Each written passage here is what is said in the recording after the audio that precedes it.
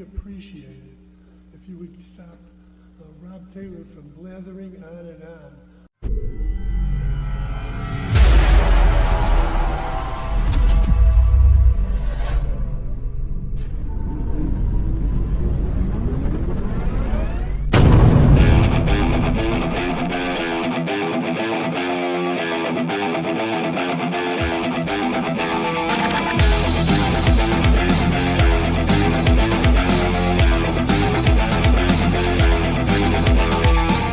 Opinions expressed by the talk show hosts, callers, or guests on the Rob Taylor Report do not necessarily represent the opinions of the hosting platform, subsidiaries, sponsors, or possibly anyone else on the planet or the known universe. From the tinfoil and lead-lined broadcast bunker on the beautiful south coast of Oregon, it's the Rob Taylor Report. So strap yourself in. Your political therapy session is about to begin. Ladies and gentlemen, here he is, the nearly famous Rob Taylor. Just nearly famous. Hello, Coos County. Hello, Oregon. Hello, America and beyond. Thank you for joining me. Thank you for joining me tonight. We're going to do one hell of a rant. I've got several guests joining me. I've got some sad news. Ben Edtl. Yeah, he just he had another commitment and he couldn't come on, but that's all right. We'll get Ben Edtl on at another time. Ben Edtl is such a character. He could do a whole show by himself, wouldn't even need me. I could just throw him on the screen and he's like the Energizer Bunny. You just wind him up, he'll go, he'll just take over the show, and the guy is incredible. But unfortunately, I'll tell you what, Ben's been taking a lot of hits in the newspaper lately. I tell you what, I can't believe how many people in the newspaper industry, in the publishing industry, are really attacking Ben. And, I'm kind of jealous. I wish I would get that kind of attention, but, it does wear on you. And so he had another commitment and Ben is going somewhere else, but that's all right. I've got a party for you guys. We're going to have a group rant. It's a group rant party. And I want to bring on my guests. I want to bring on Steve Hammerson, Michaela Hammerson, Marty. And of course I've got Danessa. Wait, hold on. Let me see. I got Danessa. Wait for it. And Todd Vaughn. Hey, we've got quite the panel. We look like the Brady Bunch. Here's the story of a lovely lady. So how you guys doing? I think I'm going to go back to my avatar because I'm like going, yeah, this is not a good look. It looks like I'm sitting in a dark room. So. You need a background, man. You need a background. How you doing? That's a good picture. Oh, I'm tired. Are you tired? I was worried about that, having this at 8:00, because most of my friends, and you're a young man, but most of my friends are 60 years and over, and they just no longer have the get up and go after 7:00. It's like by 8:00, they're ready to have their warm milk and go to bed. Todd, you know what I'm talking about, don't you? Yeah, I'm pushing the limits right now. Yeah, Todd kind of looks like, with that background, it kind of looks like he should be Max Headroom or something. He almost looks like an animatronic. It looks great. Ooh, nice. You know what I like about Todd? He looks like a Civil War general. If that was a black and white picture, he would look like a Civil War general. Thank you. Michaela, how are you doing? We can't hear you, Michaela. You're muted. Seriously. I'm doing great. It's been a really interesting day. I don't know if people have been on social media today, but lots of stuff coming out all over the place, different campaigns and stuff going on with the Oregon Republican Party. So that's always fun. I have been involved with many, many, many campaigns in my lifetime, and I have to be honest with you, and Todd, I have to give you credit to this. This has been one of the best crews. This has been one of the best campaigns that I've ever been involved with, and I have just loved it. And whether we win or not, and we hope we win, we have a good chance of winning. Whether we win or not, I think we've done one hell of a job, and we will be able to hold our head high after this and continue on. And I think people are going to look at this campaign as very inspirational. Yeah, I totally agree with you. This group of people is absolutely awesome. We've had so much fun along the way. We've had lots of challenges too, and I think a lot of unfair challenges, lots of lies and things like that. But you know, we are an absolutely very strong group of people, and I think that that just continuing to go through this campaign and do as well as Todd's doing, because he's obviously doing awesome. You know, it's a testament to itself. It's a powerhouse. It's been great. Yeah. Yep. Danessa, how many campaigns have you been involved with? How long have you been in politics? You know, I was involved with one for Rod Taylor, and we won that one by the skin of our chinny chin chin. Yes, and we there's did. a lot of work that went into that. And I'm feeling really good about this one, because just being out on the street doing the canvassing and the face-to-face, it's been amazing. And I'm going to say, this group of people, God put us together for a reason. And we've got writers, we've got people that can do social media, we have energy. We're the younger part of the party. And we have brains also. And that's one thing, when the truth comes out, when you start, and it keeps resonating about the truth and the corruption and the career politicians, all that is resonating with the voters right now. They are not liking career politicians. Steve, you've been in politics a little while now. Let me ask you, what have you ever worked in any other campaign? I know you're going to be running your own campaign for commissioner, I believe. Tell us if you've learned a lot from this campaign, and how much of that you're going to carry into the next campaign. Yeah, I mean, the first and only campaign I had ever run was for myself for school board. And that really just kind of involved a little bit of networking, but mostly campaign signs and, you know, just getting familiarity with my name out there. So when they get the ballot, they don't think it's just some random person. So, but this has been something special. I mean, each one of us has unique abilities, unique skills. And it's just like, it feels like, I don't know, like Transformers when each bot makes the Megabot. You know, we kind of, you know, and then it's the Megabot starts shooting lasers. I mean, you can really see the impact we're making. Just, I mean, look how much money's being spent to get a thumb on us, you know? And we're just this small little group of people. Yeah, that's the most important thing. If you can't win, at least make your opponent spend his entire treasure chest of goodies. And that's what we've done. I mean, David Brock Smith, who is the opponent of Todd Vaughn here, he has spent over $200,000 on his campaign. And I think that says volumes to what we're doing and how successful we've been. It's that is a lot of Tuttle tokens. That's a lot of Tuttle tokens. Yeah, It's true. They have outspent us 10-1. I mean, that's insane. This campaign has run on, I don't know, around $20,000, I think, and David Brocksmith has spent $200,000. Which I think is completely wasteful and such an irresponsible thing to do. Think of all the good things you could do in the world with $200,000. But instead of doing good things, he's literally launched a smear campaign against Todd Vaughn. He's sent out, how many flyers are we at now? 7, 8? See.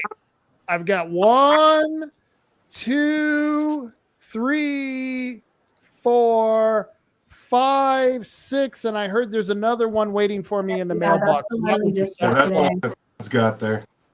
I think it was 8. I think there might be 8, but the audacity too. I mean, Some of them talk about a smear campaign against him, and he had, some other organizations write letters about a smear campaign, and he's the one that spent I don't even know, $80,000 on flyers. And he spent so much, he spent so much time and energy saying that, there's a big smear campaign going on against him. And I'm going, once again, it's sort of like the Democrats doing, confession through projection, where it's he's doing the smear campaign. Everything we've done has been backed by lots of articles, lots of data. I mean, it's not like we started this going, I think this guy's corrupt. We ought to do something about it. We're like, hold on, why does he get $150,000 from a Democrat in San Francisco? And then when he went scorched earth on us, we're like, well, now we really think we've got an issue we can deal with. So let's go after that. I'm so glad you brought that up. Oh, go ahead, Rob. Well, I was just going to say that, what got all of us started, and that's the hilarious thing about all of this, we weren't going to run anybody against him. Literally, there was no plan to run anyone against David Brocksmith until he started coming after us. And even it's really funny, Rob, because were we angry that your show got canceled? I mean, yeah, just because of the freedom of speech issue and, whatever. But even at that point where we're just trying to figure out, why would your show get canceled? That's so weird for that to happen. We still, at that point, were not planning on running anybody against David Brocksmith.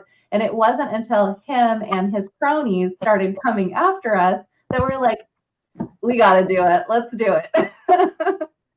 And let's go over the timeline of that. It started out with David Brocksmith coming to my show, demanding to be on my show, doing an interview that he didn't like the way the interview went because we were demanding answers from him. I actually called the guy a liar. You call a guy a liar on radio. I guess you're calling him out pretty much as you can. And so, like you said, I didn't know where that was going to go. And after that happened, it was overwhelming the amount of people who contacted me and started telling me stories about David Brocksmith. I couldn't believe the stories that I was hearing about this man. And so it was really cool that you then, from that timeline, invited me and Diane Rich, who also had her newsletter canceled because he went to her advertisers, convinced them not to advertise with her, shut her off, shut her down, shut down anyone who was questioning him. And then you invited us to a meeting where we were able to speak and tell our side of the story. And Michaela, I'll let you take it from there. Yeah. So I think it was Terry that was in contact with you. Actually, at that point, I still wasn't even super involved. I had kind of heard of what was happening, but I didn't really know. I hadn't even watched your show yet. The big one, the crazy one that happened that got you canceled. and then, Terry was sort of telling me about what's going on. She's like, well, let's invite them to tell their side of the story. It starts blowing up into this big thing. So I was like, okay, well, you have your precinct committee. Just let me know when your event is and I'll share it, right? Because I share all of our events because I was the public relations committee chair. And I do that for everybody. Any events, any other committee, if they need people there, I share their events. So that's actually the role that I had played in that to begin with. The chair, Larry Reeves, was really upset about that. Basically, like a tyrant, commanded us to not have you there. In fact, told our security person that if you came into the building, that he was to call the police. And I'm like, a little intense. That's ridiculous. Because you're not a Republican, or you weren't at the time, which is funny because we have another board member. His wife is a Democrat, has admitted it at our board meetings, and she's allowed to attend every central committee meeting and every board meeting. So that's not even a good excuse to not allow you to be in the building. Yeah. Ridiculous. And Steve, you had something you wanted to say. I just want to note, while she goes through the timeline, it's very important to note that every time, it's like a boxing fight, right?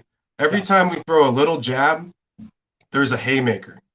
Yeah. It's like overhand haymaker that comes back at us. And it started with, we just want to have a conversation with Rob and Diane.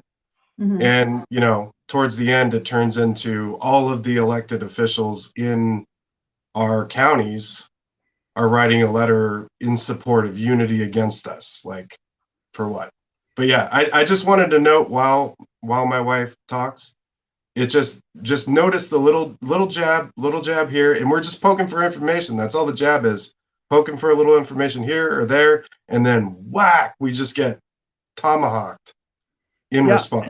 Every single time, it was like the response was just overwhelming and undue, and it only made us think more and more that there's something going on here. This is just strange that they're coming at us so hard, and the more we investigate it, the worse it got. I mean, not only did we implicate David Brock Smith, but we implicated Larry Reeves with some shenanigans. We implicated Court Boyce. We implicated Virgil Osborne in some ways. And these are people who we voted for and we supported, and yet we were just criticizing them, and not even criticizing them. I think we were just asking questions, and I guess we weren't even allowed to do that, right, Michaela?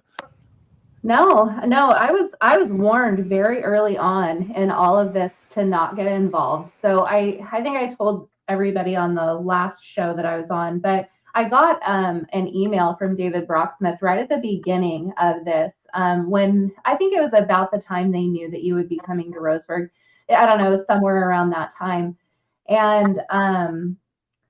And basically was told, don't get involved. And if you do, there could be legal ramifications for it, which was crazy. I was like, are you writing to me as my senator or as my legislator? Or are you writing to me as, because I'm the vice chair? Like, what exactly is happening? And then that turned into a bunch of other elected officials jumping on the emails back and forth. He had like blind carbon copied a ton of people, including every single commissioner in Douglas, Coos, and Curry County. And I really wonder whether or not that constitutes quorum. If all of them are having this email back and forth together, they're obviously having correspondence. Chris Boyce jumps in and responds, verifying that there's quorum and there's a conversation going on. I'd like that to be looked at. But yeah, it was like, don't touch this. Don't talk to this person. You're being warned right now. And we disregarded that. And then you guys came and it was great. And we weren't saying anything that was a lie. We were actually asking questions too. Why are you taking money from a San Francisco billionaire I've been told he's not a billionaire. He's just a millionaire, just a minor millionaire.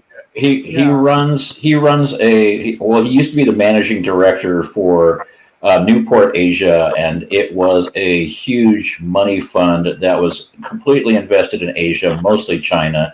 One fund alone of the 5 funds in the portfolio that he was managing had $2.1 million in Chinese hotels and hospitality industries. So it was, he wasn't a billionaire, but he was in control of billions, and it was mostly Chinese stuff. And he's the one who we were questioning why David Brock Smith was accepting money donations from him, because he's his top contributor. And it was suspicious because he even gave him money in 2023 when David Brock Smith wasn't even running for office. Why do you give someone who isn't even facing a challenger, who isn't even running for office, $25,000? That's a pretty important question. Of course, David has some slick answers. He says that he helped change federal regulations, which I don't know how a senator who can't get bills passed in the Oregon legislature helped change federal regulations so that Thomas Tuttle and other berry farmers could import and export with China easily. And it makes you wonder what the deal was so that they could get that business conducted. And for that, David said that he started giving him a whole bunch of money for what he had done for him, and that Thomas Tuttle was impressed by David Brock Smith's ability to change regulations and to change laws benefiting businesses, which normally I would support, but it once again makes you question how much did we give up for that type of exchange between China and America, because we are under threat of China. That's why we put out that billboard, made in China. And so this is what started part of the conversation. And then we went into House Bill 3375, where he says was a bill adapted to stall this program because there was a study at the end of the bill. But yet, even when that study came out, they didn't say they were opposed to the project. They just said that they had valid concerns, and the project hasn't been stalled, hasn't been stopped. It's continuing and it's growing. There's been new legislation in the Oregon legislature to increase the size of those call areas. They're planning on leasing them out. We're in the comment period right now for those leases to go up to bid by BOEM, the Bureau of Ocean Energy Management. And it's just ridiculous. Steve, you want to reply to that? Can I say what it feels like? Yeah. It feels like, and this is kind of why we've all gone on this path. It feels like somebody is on somebody's payroll. Just like when they kind of fixed the deck, I would say, and made sure Todd didn't have an opportunity in the appointment process. And then DBS was basically appointed senator. And then 3 weeks after he was appointed senator, he tried to extend one of the commissioners' election, or try to extend his term 2 more years to circumvent his next election. That kind of felt like quid pro quo. It's like, I scratched your back, you scratched mine. So a lot of this, and I like that you're cataloging everything that David Brocksmith justified in how much Tuttle thinks he's just an incredible guy and just wants to throw him $25K every year, and there's nobody even a close second to that dollar figure. But this all is, it goes back to integrity, and it goes back to the optics of it, and it goes back to, what does this feel like? That little swap of, I appoint you, you hook me up with 2 more years, that feels like quid pro quo. The issue that you're talking about sounds like somebody's on somebody's payroll. Todd, you look like you want to respond to that. You're the candidate. You're the man of the hour. You're the guy who has really become the point of the spear, who has, we are all behind you. We are focusing like laser light to get you through that small opening, and you have such an incredible chance. Go ahead, respond to what we've been saying. Well, I think it's really interesting that I got a cease and desist letter pertaining to 3375, the windmill bill. And the problem that Brocksmith and his lawyer had was that we had called it a fast tracking of the windmills. It was all about the word fast tracking. Yeah. That was the whole problem. And that we used that word fast tracking in our voters pamphlet. And when I got the cease and desist letter, the lawyer told me the Oregon statute that I had breached. And that statute basically said that I was not allowed to say things that were untrue about a candidate. And then we get these. Right. And they're actually full of statements that are untrue about me. Now, don't you guys think that's pretty funny? Oh, I think that's hilarious. Yeah. Tell him about the one from today, Todd. About the cease and desist order. This is what I've been showing. I think that is a beautiful picture right there, by the way. Thank you, David. Appreciate that.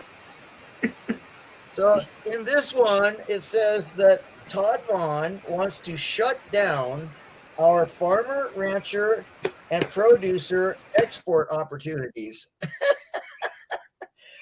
Why does David think that I want to shut these export opportunities for our farmers, ranchers, and exporters of agricultural products? Because I have brought up the fact that he's a member of the Oregon China Council. He brags about his participation in what he does as a agent for our agricultural producers. And my only problem with that is that he's an elected official. And if you want to sell product to China, send your own agent. Don't send an elected official who has the power to actually produce and vote for legislation. I don't know why anybody can't see that, but anyways, it's not true. I do not want to shut down our farmers, ranchers, and producers. I hope they all profit handsomely. It's an industry that I've worked around all my life, all of these things, and ranchers and farmers are my very favorite kind of people. They're a lot like loggers. The second thing was Vaughn has a cease and desist order, the one I was talking about a minute ago, because he is lying about Senator David Brock Smith. In the meantime, he goes on and tells more lies. This is what this guy does. Billboard took down. Go ahead. Don't move past that, because people need to understand. David Brocksmith threw a little temper tantrum and had his attorney send a ridiculous cease and desist letter to you for using the word fast track literally. There is no cease and desist order. There is no judge who signed and said you have to stop what you're doing, Todd. Nope. So that is a blatant lie. Blatant lie. Smear. Exactly. Not only is that a blatant lie. Yeah, and not only was it a blatant lie, it was a publicity stunt, because David knew that was how he was going to get headlines. And this is part of the genius of this campaign, is that Ben Edtl, who unfortunately wasn't able to be here with us tonight, that Ben Edtl and I were acting as blockers for you. And because of that, David Brock Smith he still hasn't figured out, me and Ben Edtl, we're not running for the Senate. We're not running against him. And what does he do? He attacks me and he attacks Ben, and that goes into every newspaper. And that's what the headline they put up, David Brock Smith sends out a cease and desist letters against people who are lying against him. And you were hardly even mentioned in those articles. And that was the genius of this campaign. And David Brock Smith fell for it, number one. But number two, his idea that this cease and desist letter was going to hurt you was exactly the opposite, because it just got you put your name put into the paper as someone who's fighting the establishment. And Todd, I'll let you continue. Well, I just wanted to add real quickly that it's like, I like this postcard that says connected to misinformation group. I'm pretty certain at this point, everybody in the world is so burnt out on that whole misinformation, disinformation, malinformation. They look at that and go, hey, he's misinformation? Yeah, I bet that's a laugh. Let's vote for this guy. Steve, you had something? Real quick. I'm sorry, Todd. I just, since Rob's got it up, I want to go through the three things on here that he's claiming in this ad. So the first one is 86% of the Douglas GOP voted him out. They released the numbers. It's actually 80.5, not 86. And Todd actually got the second best voting out of the Roseburg 6. So out of all of us, he actually had the one of the second lowest count to vote him out. Now, connected to misinformation group, we actually just at the last state central committee meeting, we passed a resolution to not use the word misinformation because it's a weapon of the devil. I mean, the liberals. Three. Yeah, right the first time. Yeah, 3, funded by offshore wind. What's that say? Support group. Yeah. I mean, I don't even really need to say this one. They put a flyer out at the recall meeting, the sham recall meeting that we had. They put a flyer out, and I wish I could post it in a little thing, so you guys could see it. But basically saying that Todd is some sort of windmill business entrepreneur. His small business is an Airbnb. My belt hat, please. And unless he's going to ship that Airbnb back and forth to China, which is going to be pretty impossible. All three things on this slide are completely false, and it's insane. But sorry, Todd, go ahead. Hey, Todd, before I let you go ahead, I want Danessa, who the third one that funded by offshore wind support What they're talking about is DB Western and Danessa, who's making all those monies from selling windmills to the Chinese. My gosh, he's just selling so many windmills. Danessa, would you clear that up for everybody? Well, first of all, I'm very busy with 4 other businesses, and I'm kind of a silent person in DB Western, which is a family business. I have a small minority share in that business. I haven't made any money off that company since 2017. They just, we don't make windmill parts. We are an engineering and design firm, and we can fabricate, but we do that in petrochemical. We do not make windmill parts at all. And we have invested a lot of research in trying to figure out something that could be cost effective in wind, but we do not have a solution at all and have not marketed anything. We have just done R&D on things. So this is the problem. He has word salad.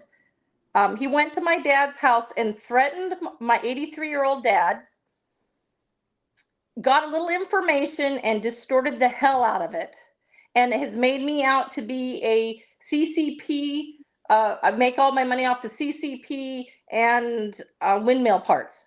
And then now, because I've helped Todd somewhat in his campaign, not like a Tuttle money at all. Go look at his donors. They're corporations, and this was private money from me because I support this guy. He is grassroots. He's not going to sell us out. He's a true conservative, and he's not a career politician.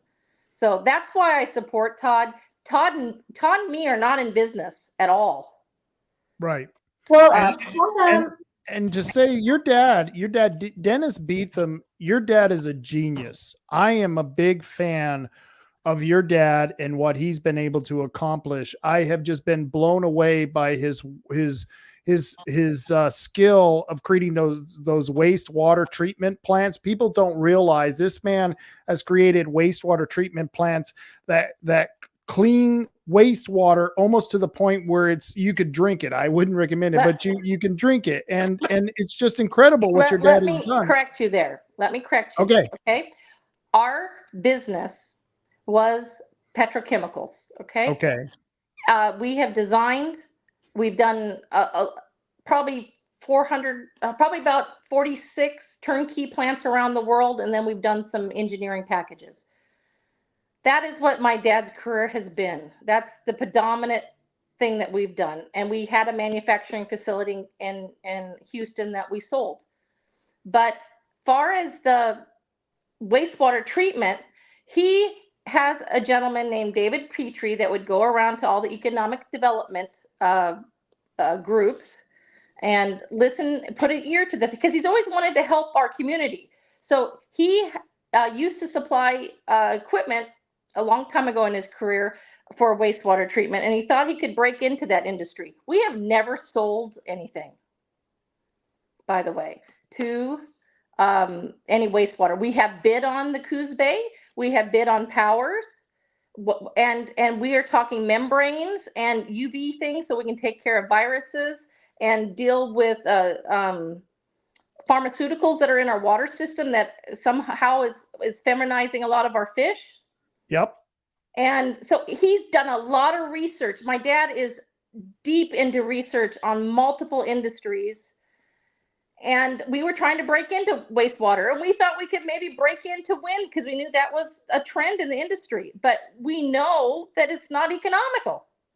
Right. And so he's not spent any money on that here lately. And quite honestly, when most of our business has not even been in Oregon. It's been in Houston area, in Texas, and around the world. And it's not been in just China. We've built plants in Turkey and all around. But I don't want to make it about my dad's company. He's very accomplished. Right. And he's still active mentally in the business. And I'm just concerned that a senator would attack a man of integrity and that has only tried to help his community in multiple things, in education, school choice, and that kind of stuff. He went after one of the most conservative Republicans Brock Smith without even knowing who he was. And what blows my mind is that your dad had absolutely zero, nothing, nada to do with the interview that David Brock Smith was mad about that got my radio show canceled. And he has absolutely nothing, zero, nada to do with Todd Vaughn's campaign. Isn't that bizarre that a senator would go after your dad who has nothing to do with any of those things? Yeah. And I thought it was really interesting that, I mean, okay, I could see him going after Diane Rich. I could see him going after you. I could see him going after me, perhaps. But Danessa wasn't on that show. Danessa had nothing to do with that show. Oh, and by the way, this is the only windmills that I'm sure Todd Vaughn would support. So had to bring that in. So, but I mean, Danessa wasn't involved, and the fact that he went after Danessa's dad and said, "Get your daughter to be quiet." I'm like going, really? The temerity of like going after one of the top Republicans, the best conservative guy, the guy that's run a lot of businesses that help the community out, and you're alienating that guy? What an idiot. He must be paid off really well. Yeah, I couldn't agree with you more. Todd, we kind of interrupted your steam there. If you'll unmic yourself. And I want you to address, I don't know if you can see the flyer. This was flyer number 6, I think this was. Todd Vaughn. Vaughn recently kicked out of GOP Central Committee Board. Now, the way I understand it, you were kicked off their executive board, but because you're an elected PCP, they cannot kick you off the Central Committee. Is that true? That's true. And this flyer that I just got today, look at this. Let me see if I can get it up here. Okay, That's a let's beautiful see here. picture. There, that flyer right there says I was kicked out of Douglas County Central Committee. That flyer saying I got kicked out of the Central Committee. I didn't get kicked out of the Central Committee. I'm still a PCP. Yeah, I mean, you're voted in by the people. The people elect you to be a PCP. And Michaela, I want you to expand on that as well. Yeah, he wasn't obviously kicked out of the Central Committee. And I kind of want to bring it back to something that Danessa said, that, she doesn't understand why David Brock Smith would go after such a conservative Republican, and her dad. And I think if you really look at the number of casualties of this entire campaign, David Brock Smith has one thing that he does very consistently, and that is go after good Republicans. And the way I see it is that David Brock Smith will do anything. He will burn it all down. He will ensure that the Douglas County Republican Central Committee is split. He will, and he doesn't care what happens as long as he gets elected, as long as he retains his power and his position. That's the way I see it. And so I really believe that this all started with you raising concerns about him during or leading right up to an election cycle. Douglas County already had concerns with him because when we had the selection convention where the PCPs helped to determine who was going to be appointed into that seat, we had discovered, at that time, there were huge concerns with the way the Oregon Republican Party handled that. They came in there and basically told us that we better choose 5 candidates instead of 3. They discredited 2 of the candidates right there on the floor before we took the vote, saying they may not be eligible. And if you understand the way that works and the strategy behind that, you know that the establishment, the people who are already in power benefit from us choosing 5 candidates instead of 3. And that was done specifically so that they could ensure that David Brock Smith would have the ability to be selected by the commissioners, which he was selected by every single commissioner in Coos, Curry, and Douglas County. But only the Douglas County commissioners really counted because they had such a high percentage of the vote. But the concerning thing is at the same time that was going on, as Steve said earlier, they had appeared to make a trade. We'll never know for sure, I guess. Maybe Tim Freeman will come on your show and answer that question live. I'd like to see that.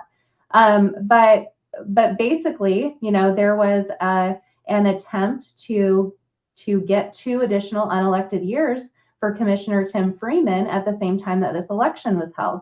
And when we realized that, we started asking questions. Terry Noonkester put out some really good articles. I shared those in my public relations committee because I had the same questions, and I think many of the PCPs did.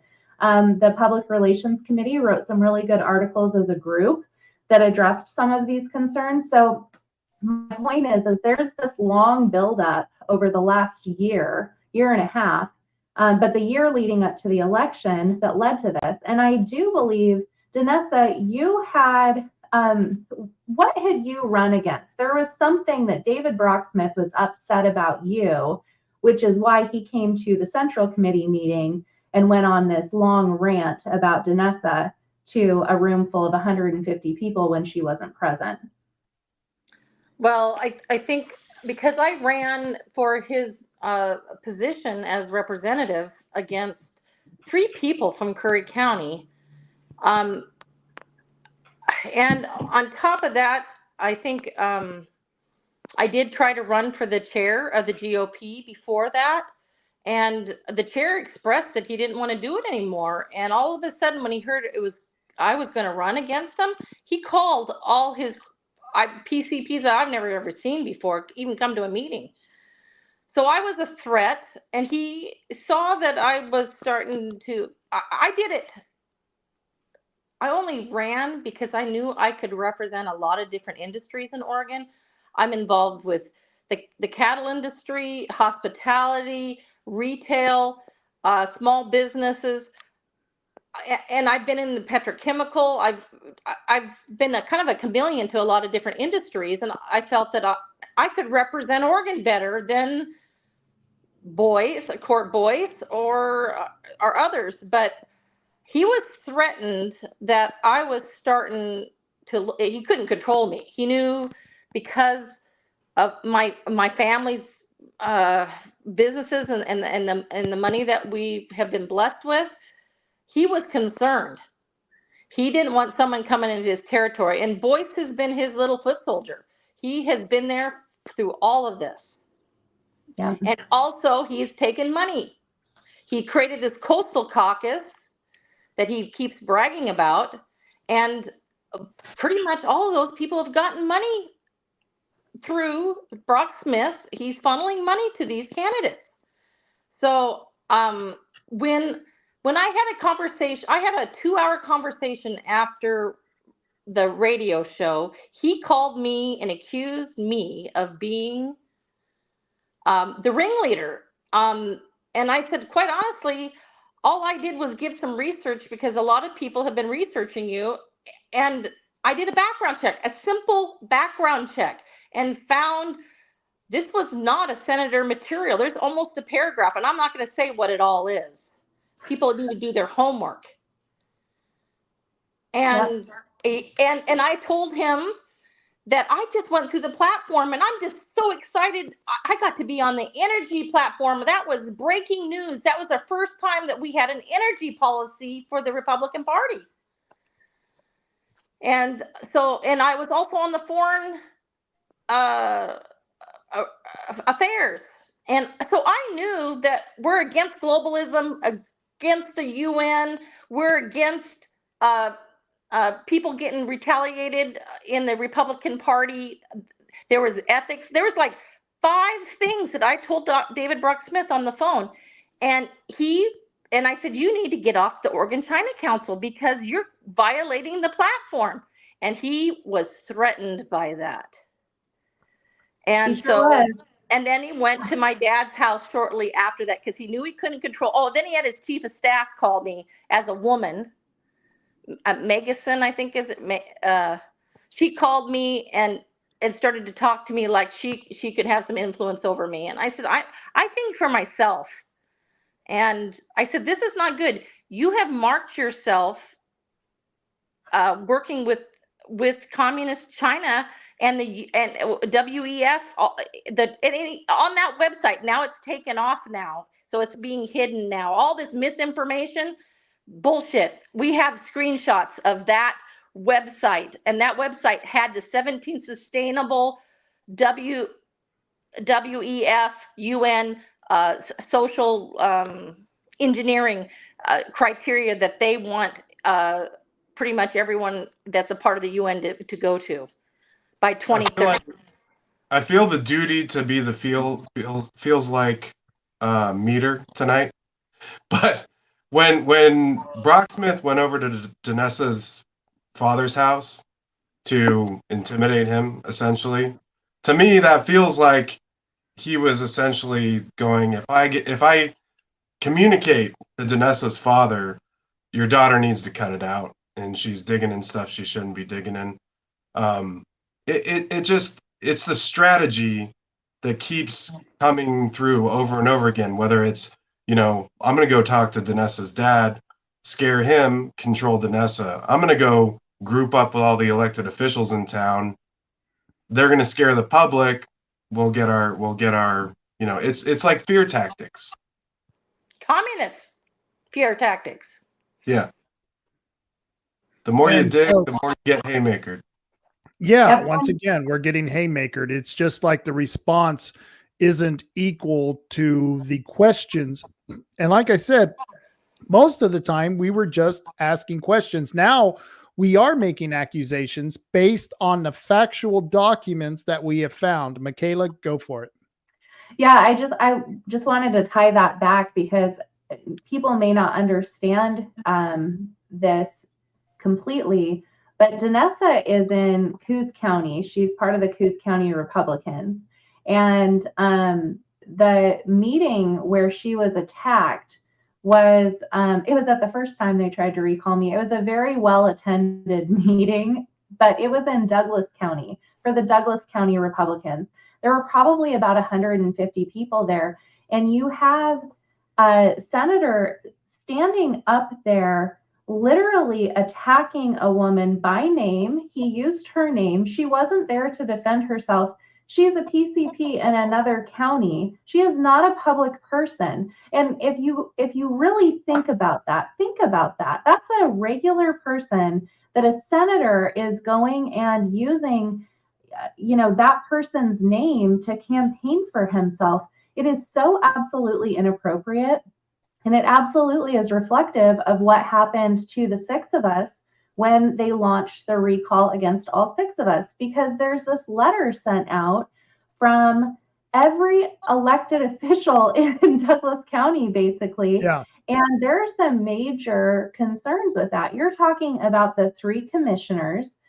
You're talking about the county clerk, which, by the way, totally inappropriate for him to be vying for Republican candidates when he's supposed to be neutral. But then you add on top of that, and this is the scary part, you guys, you add the sheriff and the district attorney on that. Those are the people that we depend on in Douglas County to ensure that each one of us are safe and protected under the law, and that we are not treated any differently. And to live here in this county knowing that the sheriff and the district attorney don't like us, and the commissioners don't like us, and the assessor, and all of these things. And Todd brought that up in our recall. And I feel like to sit in a room with over 100 people and have that not resonate with them, like this is insane to me, that people are able to, number one, hate people so much based off of zero information, because I know nobody read the 90-something page allegation document against us, but that they can literally listen to a senator or listen to somebody in power and make a determination that now they hate these people. And they can be okay with every elected official attacking really good Republicans who have brought a lot of really positive stuff to Douglas County. This is scary. This is groupthink. Very scary stuff. One of the things that I have found since I've started this is that there's a lot of people with information about David Brock Smith that have come forward. And there's a gentleman who is, I think it's a gentleman who he goes by fuckedgovernment.com. So, take it for what it is, fuckedgovernment.com. But he says, Yeah, you really do. yeah, it says his name. He says, this is his comment is, and I got it at the bottom of the screen. It says Freeman Endowment Fund and Southwest Oregon Children's Foundation need to be audited. And one of the things people should know is that David Brock Smith is on the board of Southwest Oregon's Children's Foundation. He has asked the legislature several times for money for the Southwest Oregon Children's Foundation, and yet he didn't really disclose it, but he did say that there was that he was part of the foundation in a letter in one of the bills. And he didn't happen to mention that he got paid $40,000 one year and $24,000 several other years working for this foundation, which was funded by Thomas Tuttle, the same man who's given him over $150,000 since 2016. So I just want to put that out there that once again, we get information. I've never heard of the Freedom or Free Men Endowment Fund. I doubt any of you have. And now we're going to be investigating that.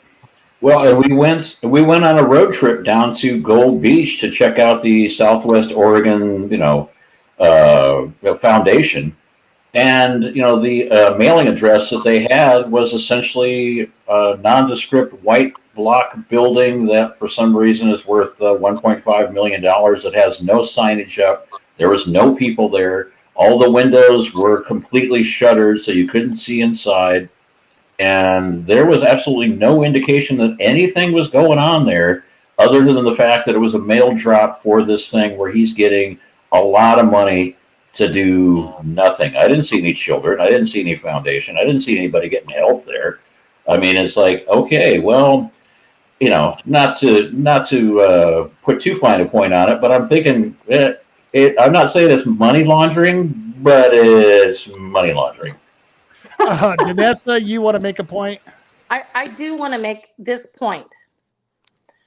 This group, that is 10 to 15 people, have been researching everything from real estate to foundations to voting records to Star. All of this is being done by several people. So I'm not suicidal. And a lot of people here know that this is not senator material.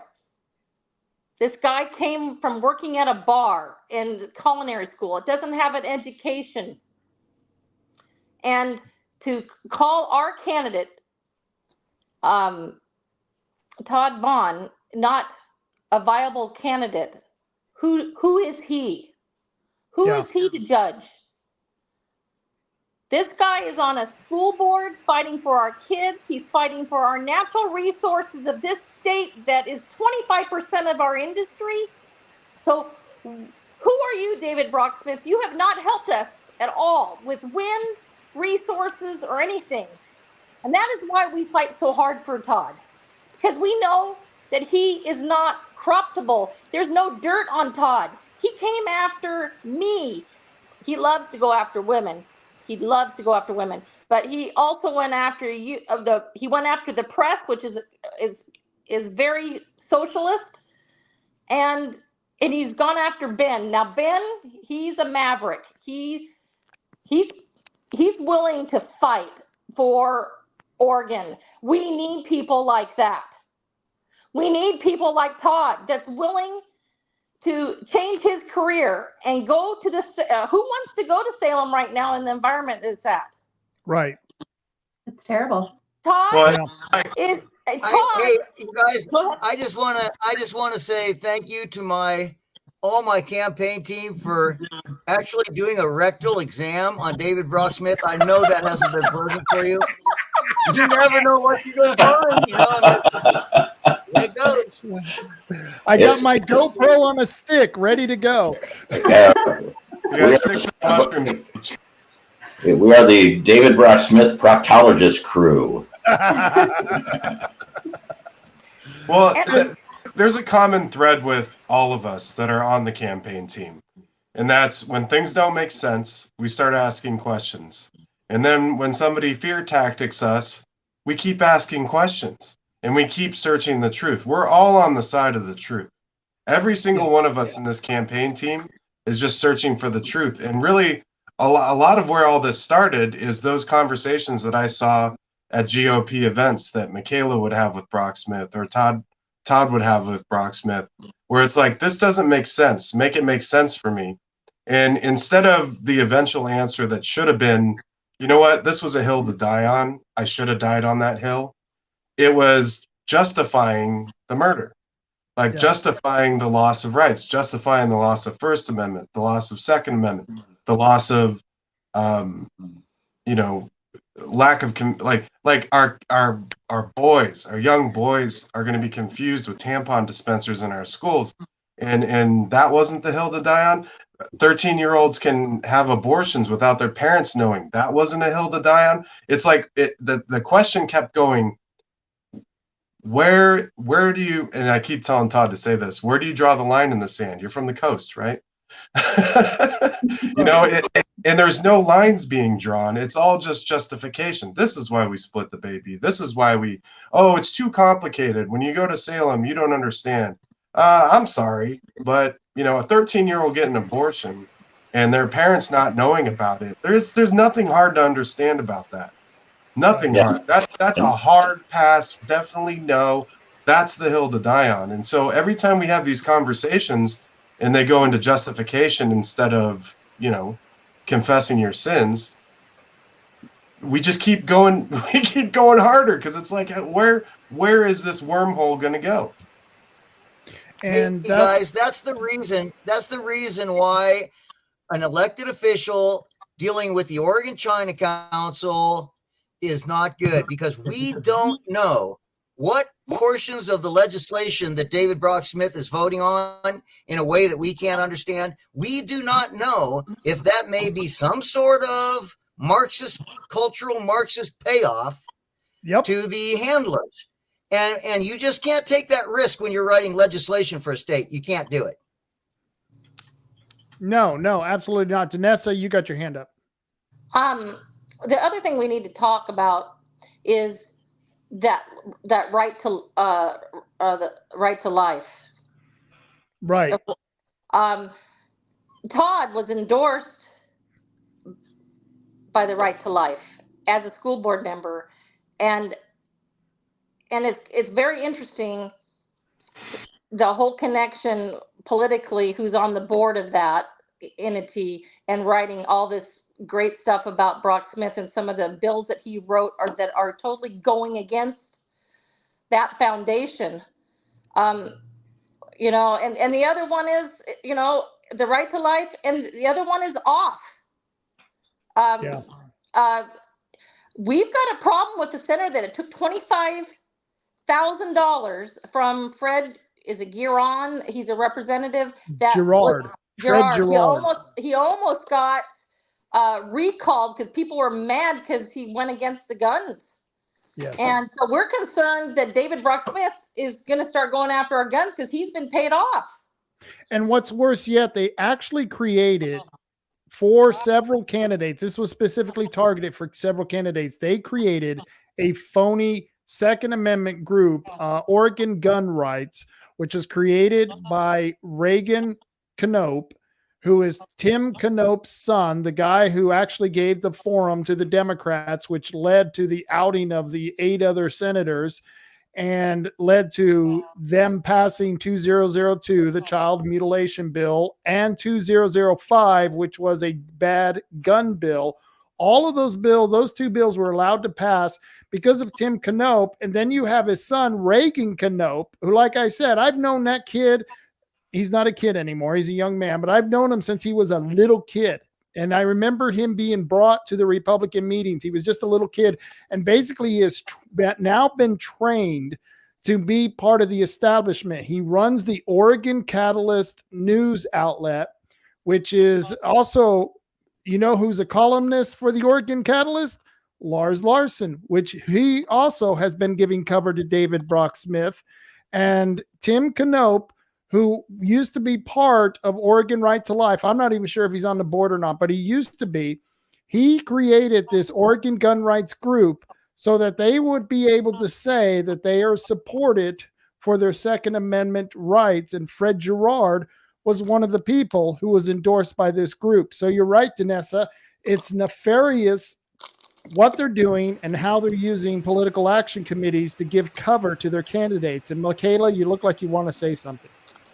Oh, it just, that one makes me mad because we're sitting here going, who is Oregon gun rights? They couldn't even get the Second Amendment right on their website when they created it. But it was an obvious scramble. Christine Goodwin came out and said, I'm the only candidate endorsed by Oregon gun rights. And then people started going, wait, what? Who is Oregon gun rights? And like, good job, internet sleuths. They figured out that there's no Oregon gun rights. So then to be a fly on the wall, because they obviously scrambled to create a website, to get all their filing done in ORSTAR, to make it look like it was an actual group. And I think and this is my opinion, remember that, Todd? This is my opinion. But my opinion is that they put out a bad ad. They got caught lying, and then they used the term Oregon or name Oregon gun rights because that's what was in the ad. Otherwise, they probably would have picked a better name because I don't think it's a very good name. But that's my opinion. The Beacon. The Beacon. If you want real news, read the Beacon. The Beacon came out with an article basically stating Christine Goodwin is endorsed by a ghost organization. There was no PAC, no website, no social media, nothing. And they came out with an article stating this was the case. Then, my wife went on social media, addressed it in real time. They were reeling, and they came out with a PAC. It's timestamped. You can see it. They came out with a website all the same day. They're like, oh, it's real now. And that was the funny thing, Steve, is that Reagan saw your wife's comment and actually kind of snuffed it off. It just like, oh yeah, not right now. I forget his exact response. I actually had that comment. I should have put it in so I could put it on the screen. But he basically said, I'll address that at some other time. And I'm like going, well, right now would be really good, but right now would be just me. I mean, to be honest, and just to be honest with you, 90% of the people of the PAC I just created think I'm a great guy. So all two of us. Here's something that I'm going to add this to the mix, and I don't know if you guys have saw this. This is Bill Post. I don't know if you guys remember Bill Post. He was someone who I tried to work with years and years ago when he was a House representative, and he was one of the better ones in his voting record. But boy, the guy was kind of a jerk. Okay, Bill Post was kind of a jerk, but he just recently wrote this. He said, so again, the answer isn't better Republicans. It is more Republicans. It is, boy, I can't read that because my screen is so small. It says that it's more Republicans. If ours worked as hard in the general as they do in the primary, they'd win more seats than they can actually stop bad bills. Numbers first, purity second. And I would ask you guys, if you believe that's true, do you think that we should be picking Republicans that are just Republicans? It doesn't matter what their beliefs are, over the purity of the Republican itself. No. Anyone want to answer that? I mean, it certainly doesn't inspire the public. I mean, what I've seen and what I've heard, when we were on the Douglas County board, from several people that came in. I mean, there was a guy that came in right when we took over, and he said, that's great that you guys won this landslide election and you're all America first, and you think you're gonna you have bright-eyed and bushy-tailed, right? Yeah. But he's like, because this guy had experience with the commissioners, experience with the musical chairs, experience with the, I'll go into the commissioner's office. I'll say, hey, these windmills are scary, or hey, our timber situation's scary. And they'll say, you don't know what you're talking about. Get the hell out of my office. This guy had that experience, and he came up to us and just said, he kind of predicted the future. He's like, so I've seen several people like this where they go, well, I'd get involved, but once I start having this conversation of a Republican representative talking about splitting the baby and justifying it, I'm just like, no, your strategy is horrible, and you guys are all infighting over probably that exact strategy. So it takes someone like Trump to stand tall, take all the arrows, and say, you know what, I'm standing for truth, and I'm standing for what's right, and I've drawn those lines in the sand. I'm not going to change. I know all of you. None of you are going to change. We're all going to fight for the truth, and we're going to fight for our First, Second Amendment rights. Don't touch my kids. We're never going to flip flop on that. And that's just it. People, we may lose a battle. If we lose Todd Vaughn's campaign and lose this battle, I want people to know that the war isn't over. And I gave this example earlier when I actually had Kevin Starrett. We did a recording for Monday's show. It's not going to be live. And one of the things I talked about is that Vietnam, the North Vietnamese lost every single battle in the American war against Vietnam, every single battle. But in the end, America, for all intents and purposes, lost the war, even though we won every single battle. And so that's what this type of guerrilla warfare is, when you have a small group of very confident, very sure of themselves group who's willing to fight this to the end, not because we are crazy, not because we are just wanting to go after the machine, but because we have integrity, we have beliefs, and we are not willing to sell out those beliefs just to have bigger numbers in the legislature. We want more Republicans in the legislature. We don't want to destroy the party, but we want a better party. And that's part of reforming the party. And that's what we literally want to do, not kill the party. We want to reform it, make it better, and have better Republicans representing us. How many of you would agree with that statement? I want to segue to Todd real quick on this, if I can. Okay. Really what it comes down to, and this was in Todd's speech, we want Republicans that will follow the platform. And I'd like Todd to speak on that, because he gave a beautiful speech about it. And Brock Smith kept tap dancing, but really in the end, our platform's good. We got a great platform. And if our elected representatives would follow that platform, the infighting, I think, would be pretty nil. And the people wanting to come to the party would be pretty high. So, yeah, I mean, Todd gave a great speech. I don't know if you can just touch on the platform. Todd, here's what I'd say.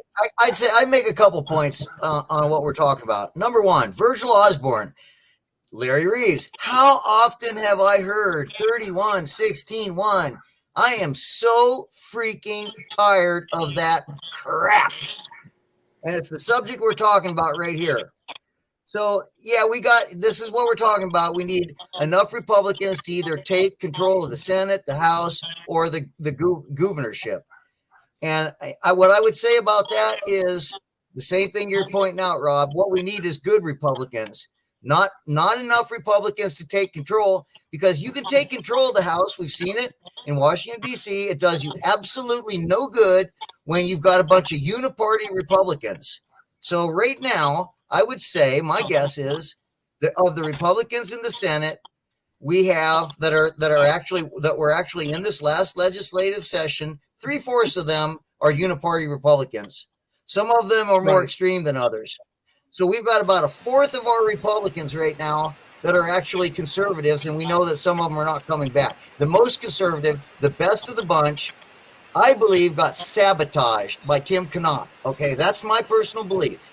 And David Brock Smith. And maybe a couple other people working with. What's that?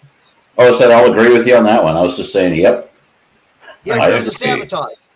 So Virgil Osborne saying, and Larry Reeves and everybody I've been hearing this from, you know what? What a bunch of crap. What they really wanted was to get rid of our most conservative Republicans and take the whole Republican caucus over with uniparty. That is what the plan was. And that is why we are getting treated the way we are right now. That is what's happening here.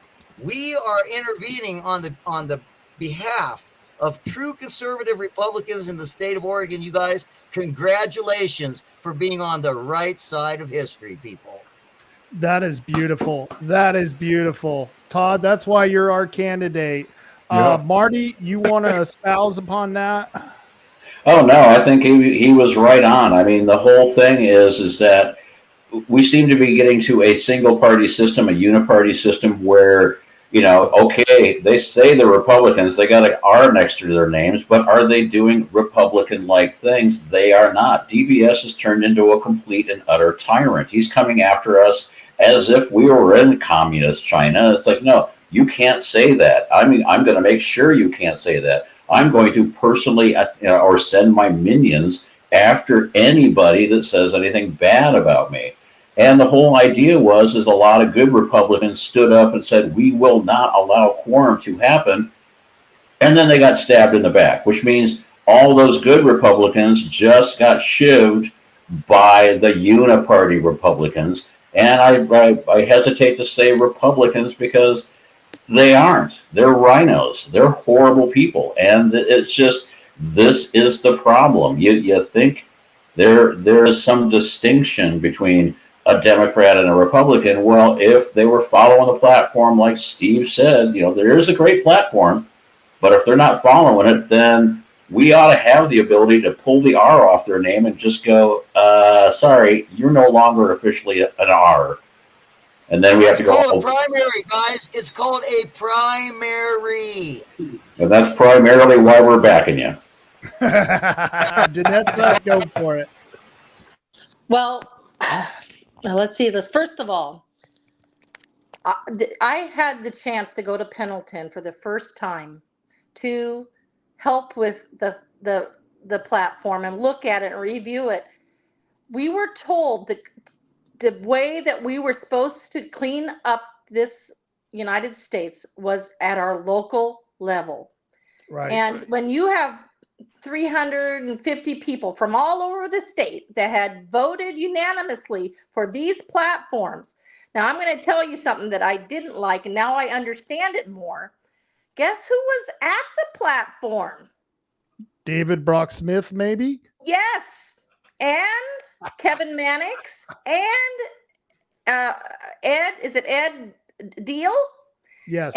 And they all waited for David Brock Smith and Ed Deal to come into the energy platform in the formation of it.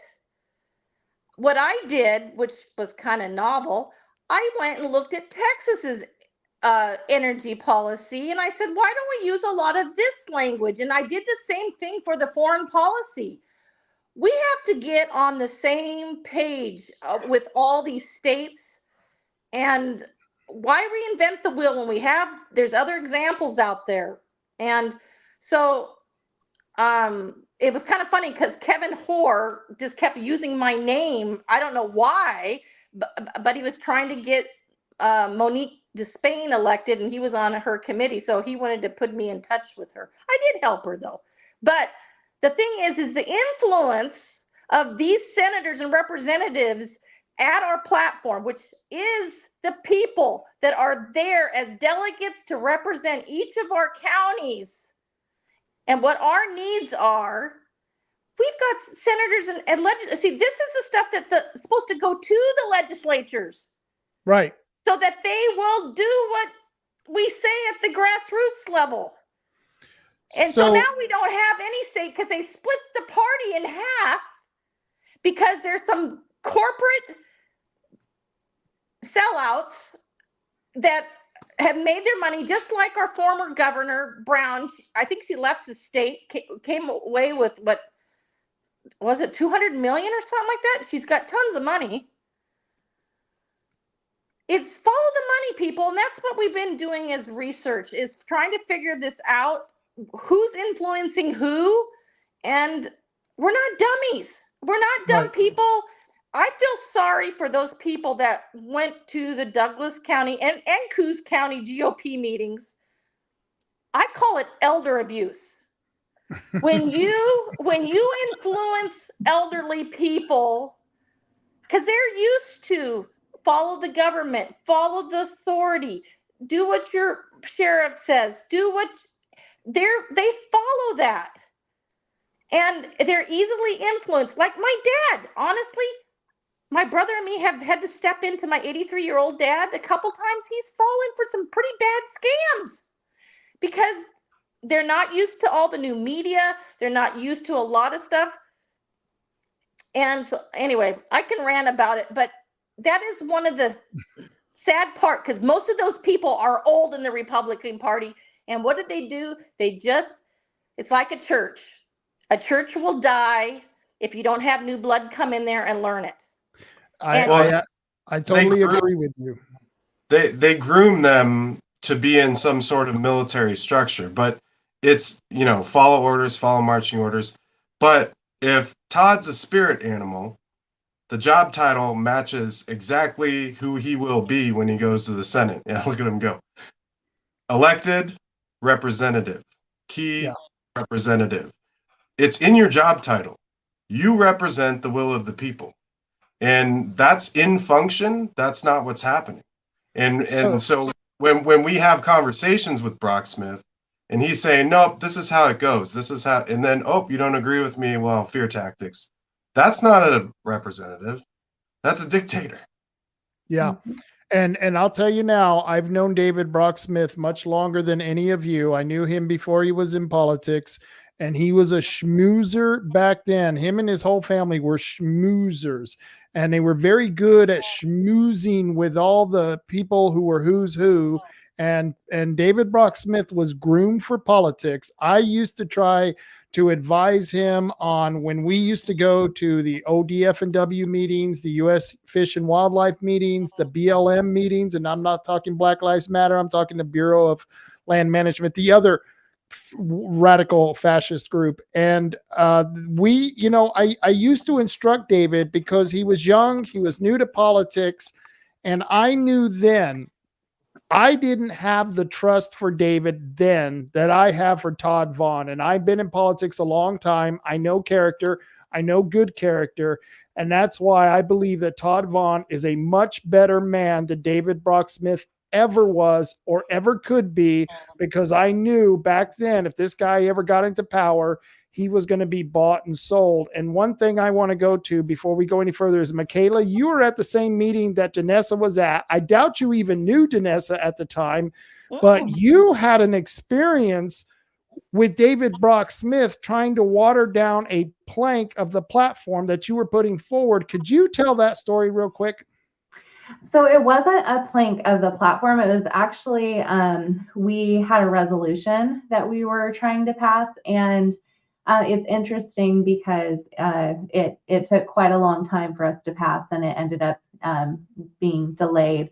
But David Brock Smith came up to me right before our state central committee meeting started. So the platform convention had ended really late, like it went way long. We took a quick break in the middle of it, and then we went to our state central committee meeting. But he approached Todd and I and basically said, I know you're presenting your resolution next. I would like you to change some of the wording in it. And just so everybody is aware, this really shouldn't have been a controversial resolution for any Republican. It was condemning the political persecution of Trump, which I would think that actually any American should condemn the political persecution of a former president. That's ridiculous.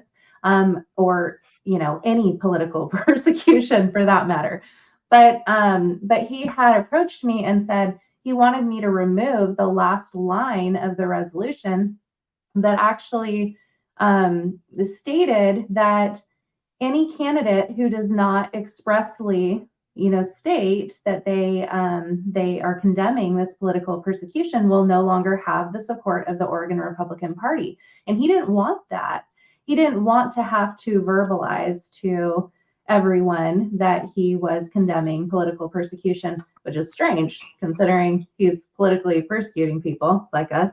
But that was a very interesting conversation. And another thing that I'd like to sort of build on with that is that resolution did not pass that day and ended up being forwarded to the next meeting, along with several other resolutions.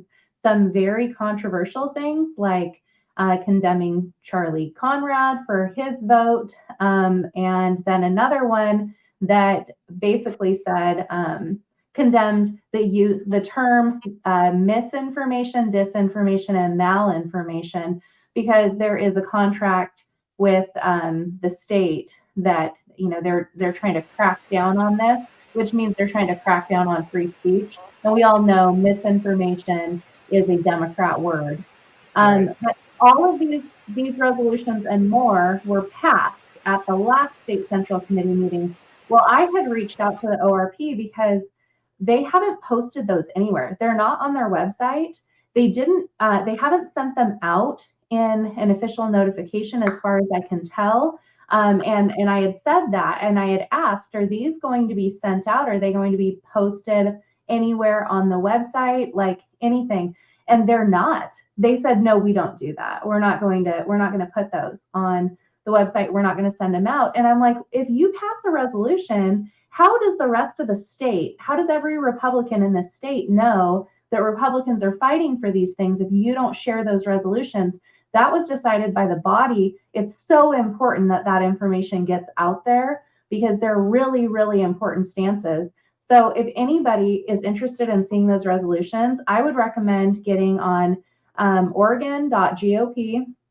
Get on their website. You can get the contact information for the chair and the vice chair and the secretary, whoever you want to reach out to. Reach out to them and ask for those resolutions because they should be made public. They definitely should be made public. And by the way, I just put on the screen toddvaughn.com. That's where you can go to Todd Vaughn's campaign. And we would ask you, if you can, give Todd a little bit of money. I know the campaign is going to be up soon, but we can always use more money for commercials. We can always use money for more text messaging. We are always trying to do better. And I want to give you guys an example of, David Brock Smith has spent $200,000 on this campaign.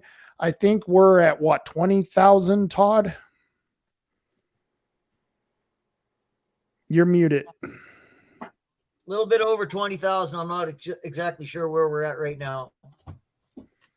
Yeah, I think that's about right. That's incredible. That's incredible. So, Steve, I have a question for you because you're going to be the man of the hour soon. You're in the general election. From what I understand, you're running for commissioner, correct? Yeah, that's not for another, what is it? It's next year. Oh, it's 2025. Yeah, and actually that's a very, very interesting election because it hasn't happened, I think, in 2 decades. All 3 commissioners are going to be up for re-election at the same time. So that the House bill that I was talking about earlier, where Brock Smith tried to push Freeman out to a 6-year term, they didn't buy it on the House floor. And you can watch the video if you want to. They were kind of iffy about the whole proposition. But it's all 3 are going to be up. I'm going to be running for one of the positions. There's no financial motivation. I'm going to actually, if I get elected, I'm going to be making less money. But it's like everything that we've been dealing with here. You see the guy that's in the seat and things don't make sense. And he's not taking his job title seriously. He's not being a representative. And you have to do something. And it was Todd's turn this time. I think it's going to be my turn next time.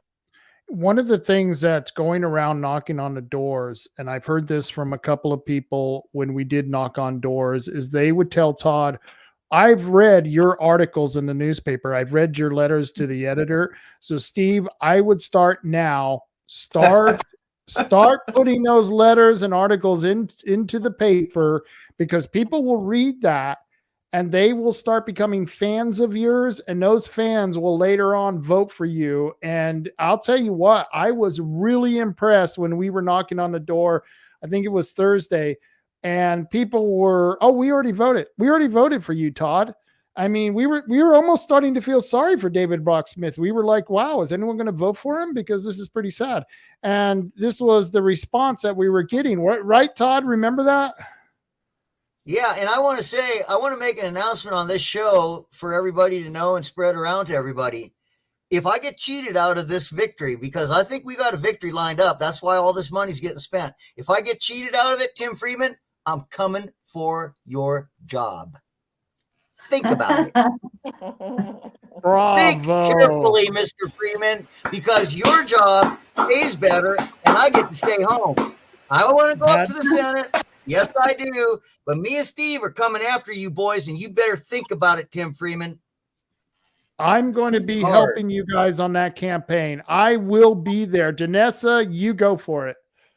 Well, we also have something else coming up here on the 24th and 25th in May, is the CD4 for the National Committee, the convention. And I'm on it. So please vote for me if you're a PCP in Douglas or Curry or Coos. But we're also, Steve's on it and Michaela's on it. And we've got Diane Rich. Who else do we got, Michaela? We had, yes. Yeah. Thank you. So and we've then got people to vote for. Somebody else, didn't you? Who What? else did you have? You had somebody else. Oh, never mind. That got rejected. Did it get rejected? It was turned in too late. Well, we Yes. need to get in there because there's a lot of rhinos on that list. So if you're listening and you're a PCP, we're the young bloods here. We want to be the true conservatives of Oregon for our district, for CD4. So please vote for us, and please vote for me so I can go to see Trump up at the national convention. I'm so excited. This is going to be something new for me. It's going to be a growth thing for me to learn the process. And I'm going to say it right here. I was a January 6er. I came because Trump told me to come to Washington because it was a steal. And I want to see him elected again. And I'll pay the money to follow that man anywhere right now because we need him. Yeah. We do need him. That's right. And, oh, yes. And Todd is definitely, every door he knocks on, he has a Trump hat on.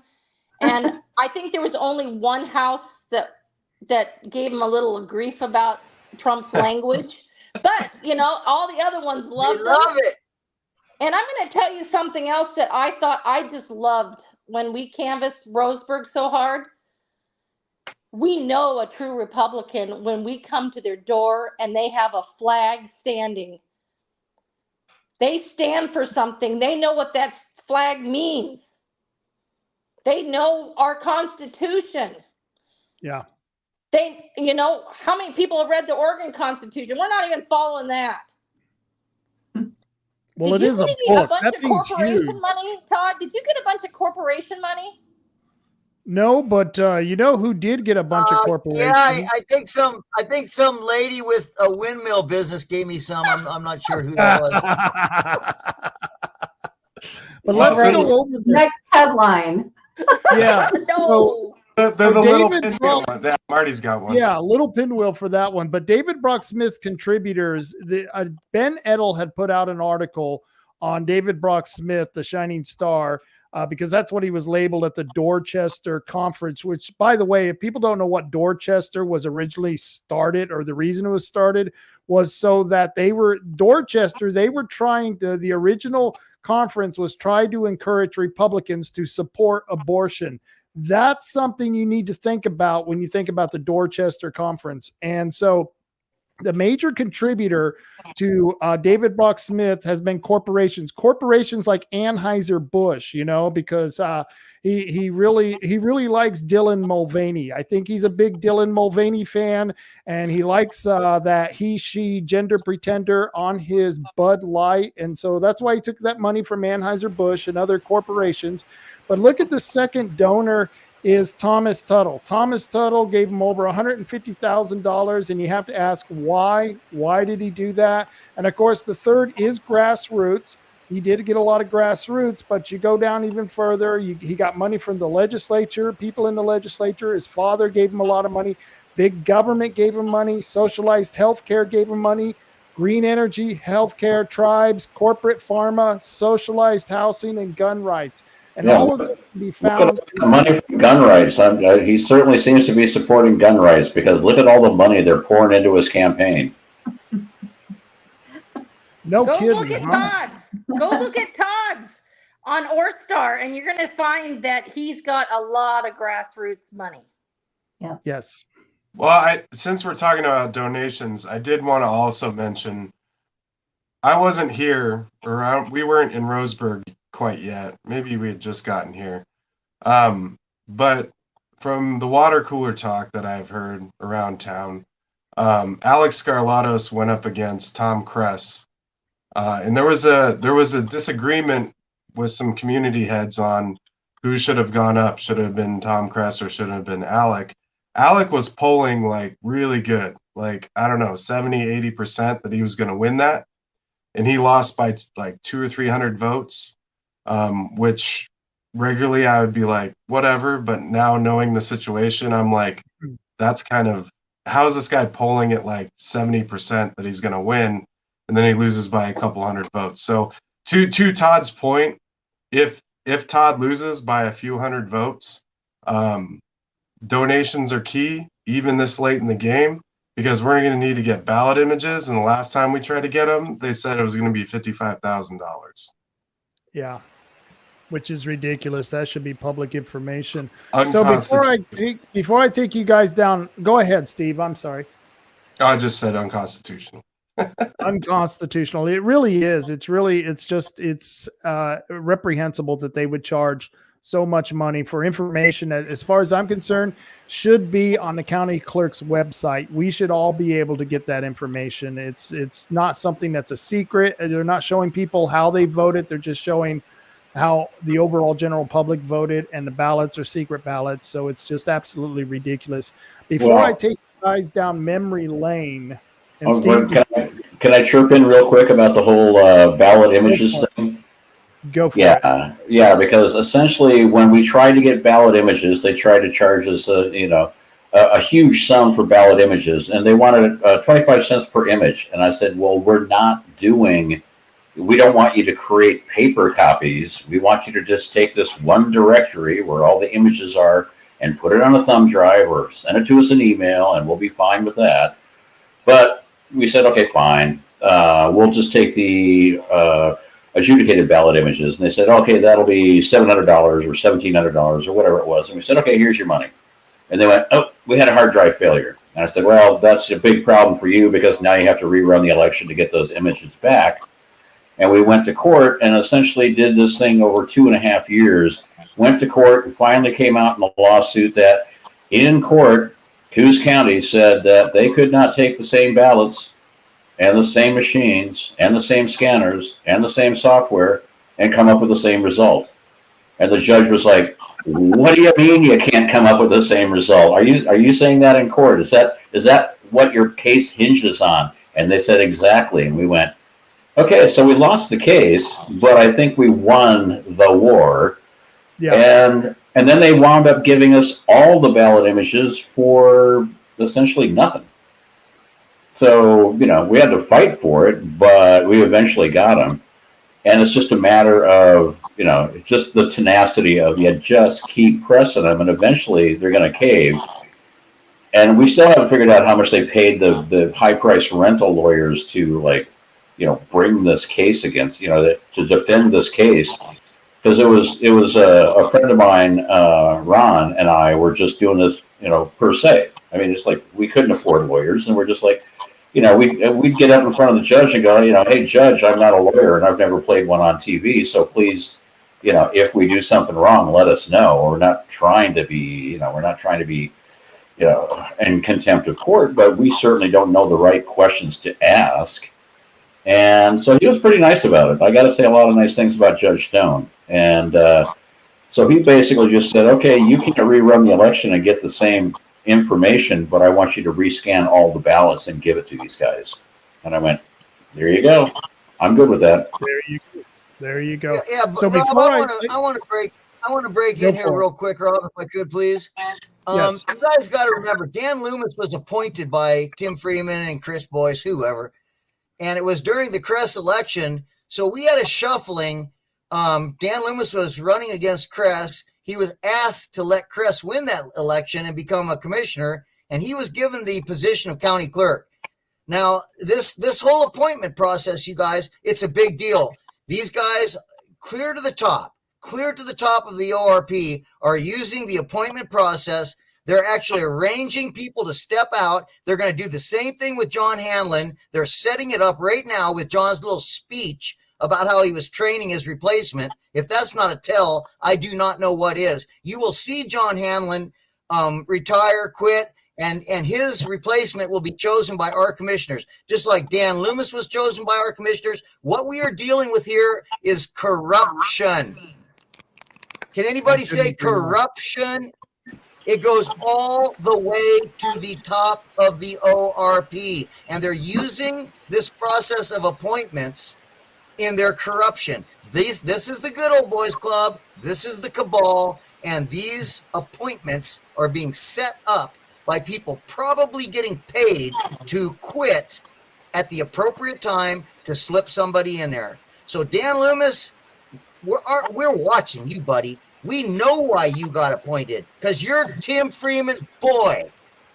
Yep, and that's what's happening with the judges. That's why when you look at your ballot and you go to pick the judges, there's nobody running against them, and that's intentional. That is absolutely on purpose, because they quit before their term is up. They appoint another judge because the governor appoints them, and then no attorney dares run against an incumbent because they will have to face that person in a court of law. And it's not fair, it's not right, and it's why we have a failed justice system. Let's go down memory lane real quick here. I think you guys will like this. How many of you remember this picture? Hogan! Every time I see that. How about this one? Do you guys remember when David Brock Smith got the lowest Liberty score from the Republican Liberty Caucus in Oregon in 2023? This was just this past year. Yeah, but I bet if you looked at all his report cards from high school, that's probably a pretty good score for him. So there you go. 57. Woo! I'm better than Phelan.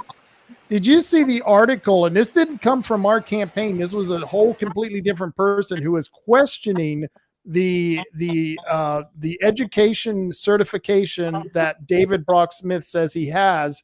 People were questioning and wanted to see the documents on that. How many of you saw that? Yeah. It should be noted, at least with these first two, we were not responsible for the first slide you showed, and we're not responsible for this one either. That's true. Yeah, it's almost as good as his CPAC. It's almost as good as his CPAC score, you guys. Almost. Not quite, but almost as good as his CPAC score. It had nothing to do with any one of us. Yeah, so most of these memes that I'm going to show you has nothing to do with us, but I love this one. We asked people to do a meme contest with David Brock Smith, and this one kind of won, but he said he was 18. I love that. Looking at the sheriff, that is golden. And David, I know David's watching right now because he gets my newsletters, and when I send out a newsletter, he always opens them up. He knows the shows that are coming on. So David, I just want you to know, go ahead, send me a cease and desist letter. I dare you. I dare you to send it to me, because you know what this meme is? This is my example of my First Amendment rights. You're a scumbag. I'm going to make fun of you. And no matter whether we win or lose this primary, this doesn't end here, buddy. we're going to continue on. Let me go with the next slide. I think David might have seen John Hanlon's dick pics. He had that look in his eye. Did you guys notice that?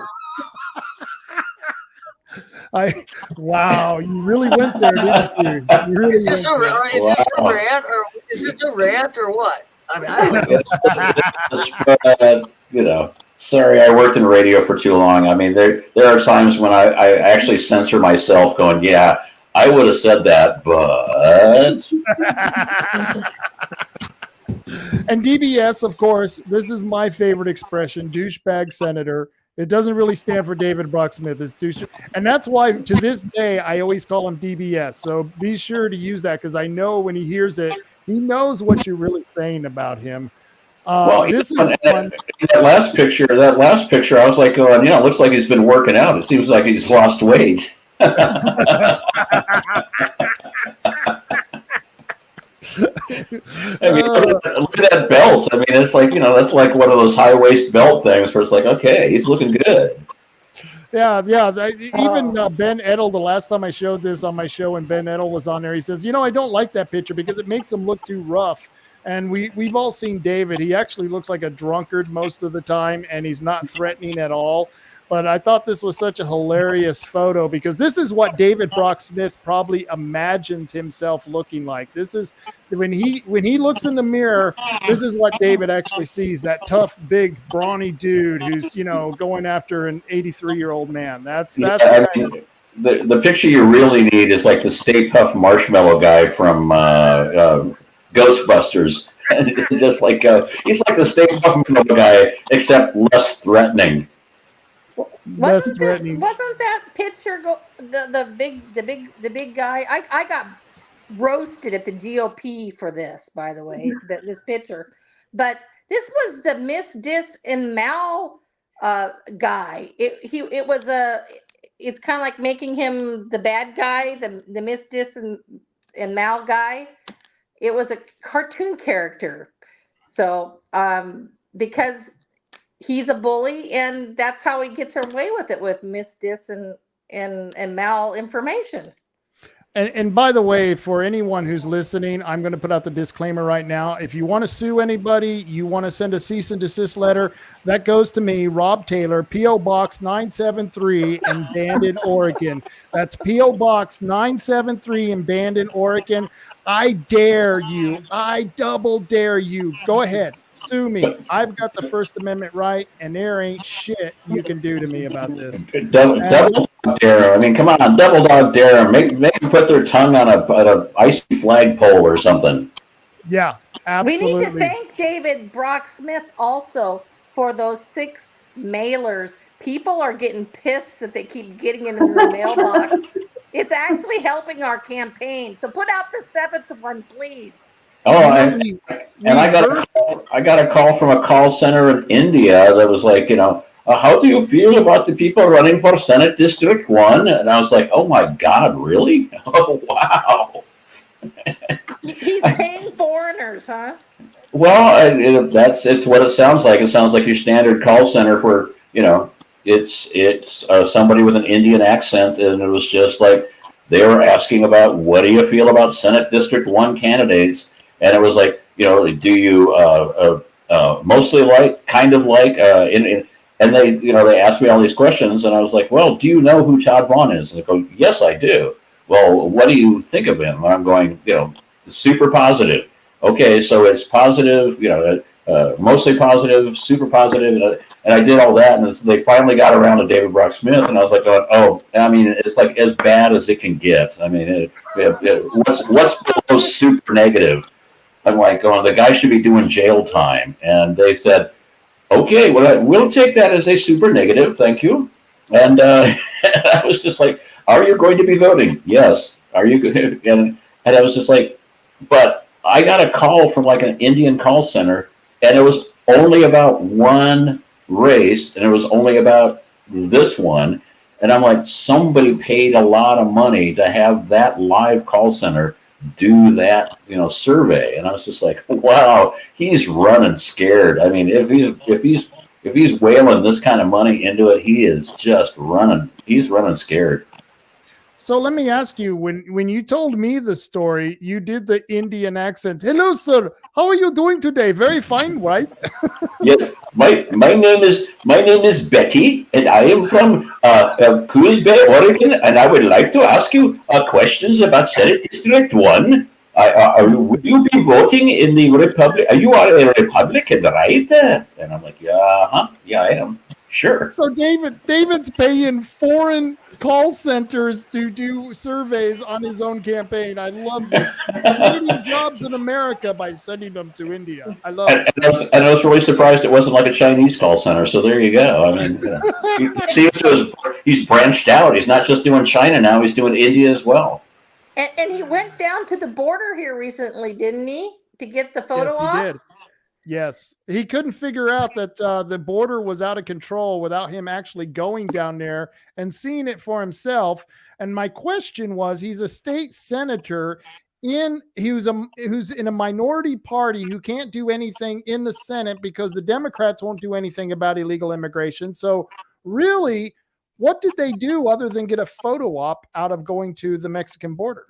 How about some drinking got taken care of down there? Well, I think he could probably get bulk rate tequila pretty cheap down there, so maybe that's why he was there. I'm just guessing. I mean, it's like, is he trying to turn into like the Oregon version of AOC? It's like, I'm going to go stand on the border and pretend like I'm crying, and then they pull back, and it's like, you're standing in a parking lot in the middle of nowhere. I mean, come on. In all seriousness, it's their strategy. I've seen this from the commissioners. I've seen this from House and Senate representatives. The photo ops are a big deal. The photo ops are, look at me, I'm doing something about this. Don't pay attention to what's happening in Salem, or don't pay attention to what's happening down at the courthouse. Just pay attention to this website and all these photo ops that I got. So we have a mayor in North Bend, and during the campaign, even now, she will go to an event probably about 20, 30 minutes after the event has started. She will get out of her car. She will do a selfie with all the people behind her, like a trash pickup or them jogging or walking, and she'll take a selfie of herself, get back in her car, and leave. And then you'll see that photo being posted on her Facebook page just a couple of hours later. It's the funniest thing that she takes credit for things that she's never done with these photo ops. And it's Hollywood strategy, you know? Yeah. So this was the proudest moment of this campaign. If we don't win, and winning would be the proudest moment of this campaign. But if we don't win, I have to say that this billboard was my favorite.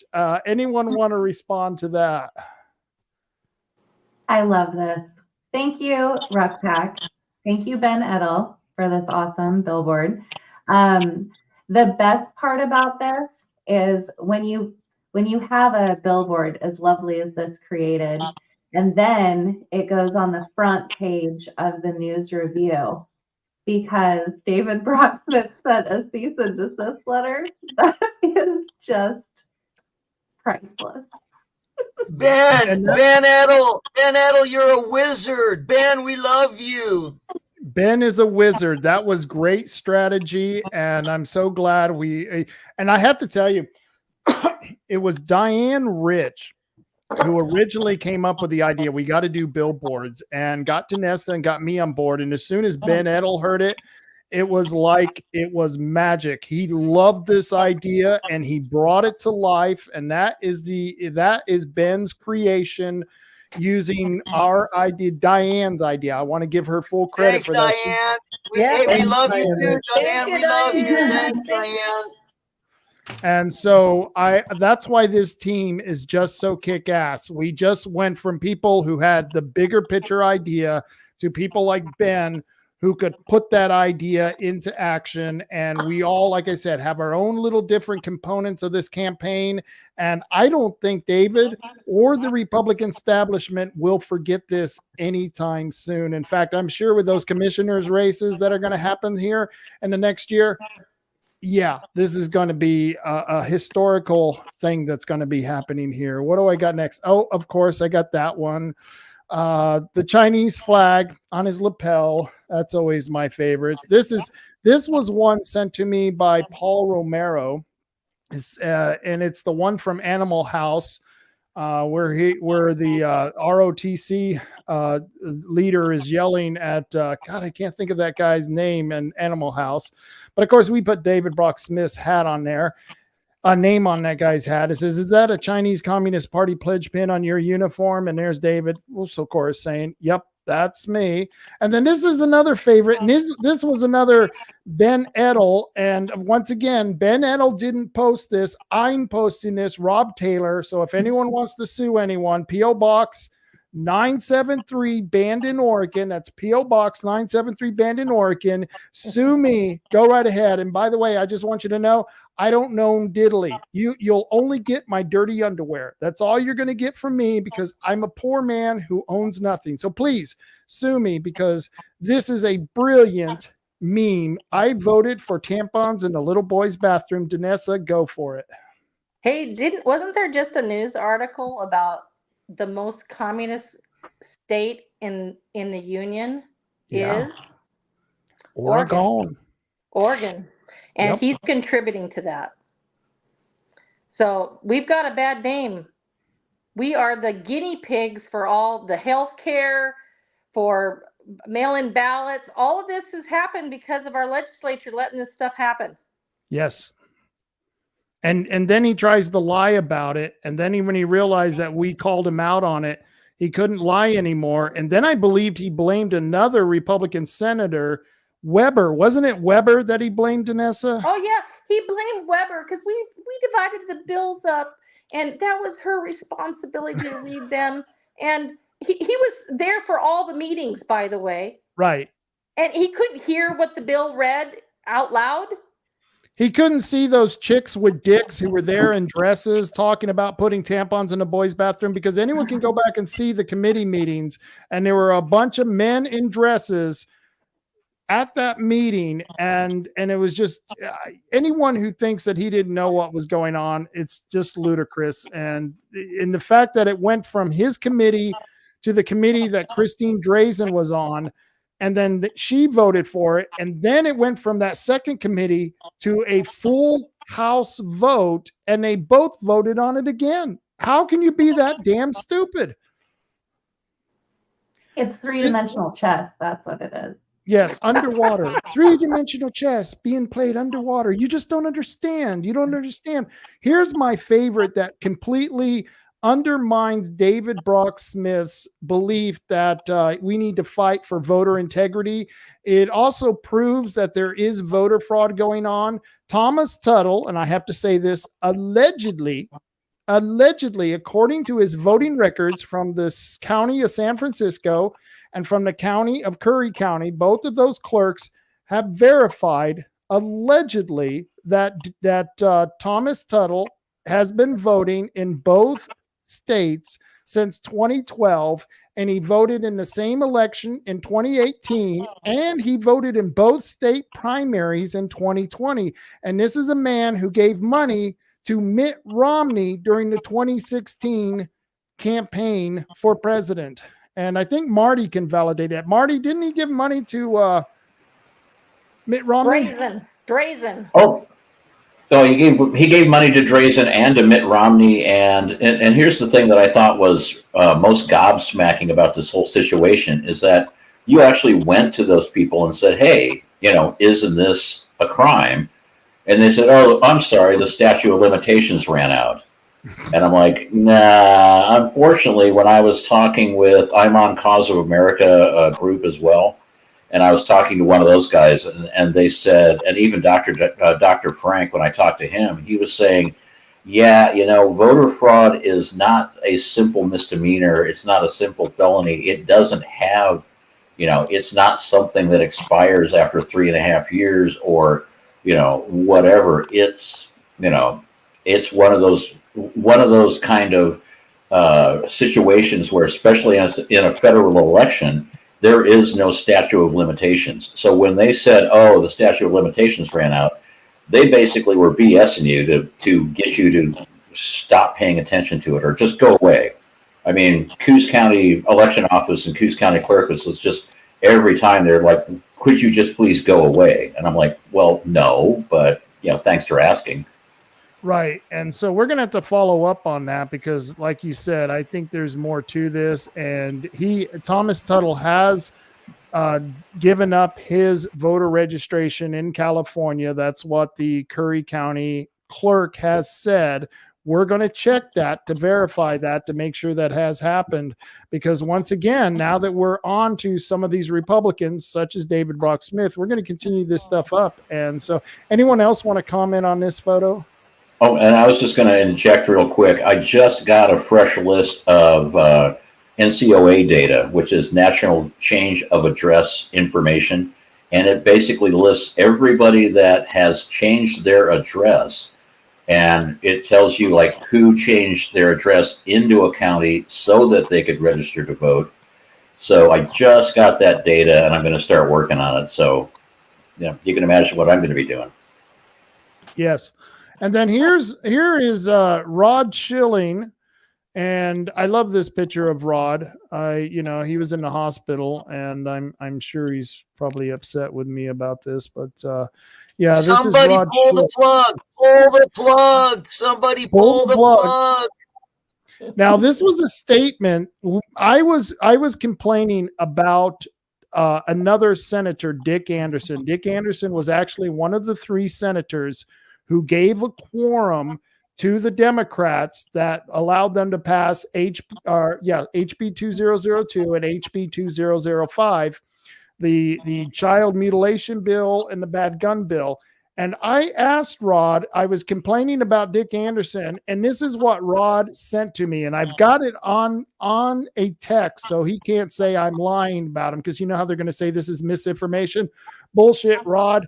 I got this on my text, on my phone, of a text from you, and it says the Senate caucus picked this guy, talking about Dick Anderson, and we've threatened to primary him several times, but we need a viable candidate. Boomer would run for the seat if he wasn't running again, but Dick went back on what he originally told us, find me a candidate, because Rod Schilling was always asking me, because I would complain about the lousy Republicans that he would pick. And Rod was always asking me to find him a candidate. And so we did find a candidate to run against David Brock Smith, Todd Vaughn. And all of a sudden, Rod gets on David Brock Smith's side, the part of the establishment, and starts attacking us the same way that David Brock Smith was attacking us. And so this is why I'm showing this picture of Rod Schilling, because he threatened to go after my advertisers. He did go after some of the advertisers for Diane Rich. And so I wanted to expose this guy for who he is. And so I just wanted to let you know, if you see him in the hospital, pull that plug. Pull that plug. Oh, I didn't know he was in the hospital. I just thought he had a much more efficient device of, getting things into his nose. So. Janessa's going to hear about this. She's going to go to the next meeting, and there's going to be a whole new slideshow with that on there. But hey, Marty, that's better than $100 bill. Marty, that's better than $100 bill right there. that's for those of us who are old enough to remember the 80s. That's right. It's better than $100 bill. I don't know what that line was. So I want to thank you guys for going on. Let's do a quick round robin. I want to hear, before I get out of here, I want you guys to give me a quick. Oh, Steve, I can see Steve in the back of Michaela. Steve, you didn't have anything else to say? He said his phone died, so he's joining me in my room. But hey, you moved off of that Rod Schilling thing, and I got to say something about that really quickly, because he's running for chair of CD4, which he's already chair of Coos County. Give me a break. He doesn't need to be chair of both things. But just warning to everyone, don't vote for him. Put somebody else in there that will be a good chair. We need variety, and he has a big enough job in Coos County trying to control free speech. So don't let that happen to the chair. Congratulations. Yeah. And as the chair of Coos County Republican Central Committee, he's doing such a wonderful job of getting people to come together and have that kumbaya moment where we're all going, yes, we should join the Republican Party. oh, and by the way, if you're not on our selected list, you can't come to our meetings anymore. And I'm like, wow, okay, that's really not a good recruitment strategy. And I'd really hate to see what your complaints department looks like, because this is just horrible. Yeah. Steve, is there anything you want to say before we get out of here? I'm good. All right. Michaela, did you want to follow up on that? I wanted to say one more thing, because Congressional District 4 is pretty big. So it is Coos, Curry, Lincoln, Lane, and Benton and Douglas counties. So it's not just, and there really aren't that many people running considering how many counties that covers.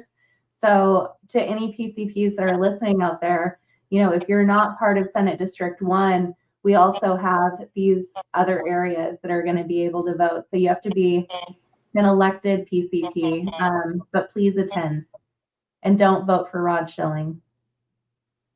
Danessa, you're the next one on the list. Anything you want to say before we get you out of here? Vote for Todd. If you're tired of career politicians, or you're tired of corporate money influencing we the people, vote for Todd, please. Vote for us here that are going to be going to CD4. Do not vote for David Brock Smith to go to the national convention. He's on it. He's a senator, is on an appointed senator is on that list. No other senator, no other representative that I could see. Why are we sending him to the national convention? Well, maybe he thinks he needs a job. Maybe he thinks he's going to be losing his senatorship soon. And I am passionate about Todd because he's willing to go and talk to people on one-to-one, get their opinions.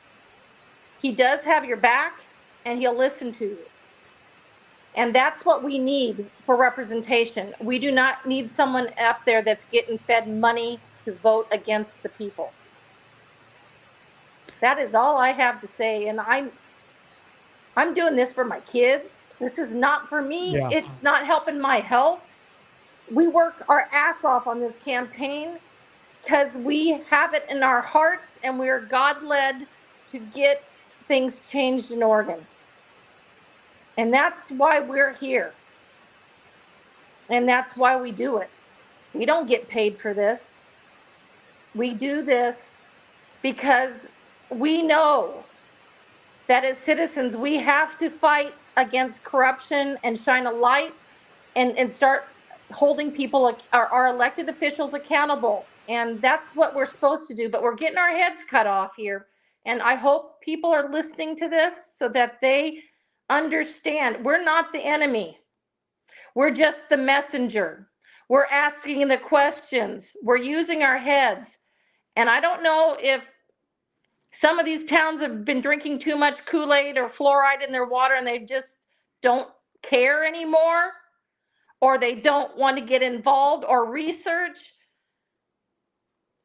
This is the time, people. We have to push or we're going to be a communist state.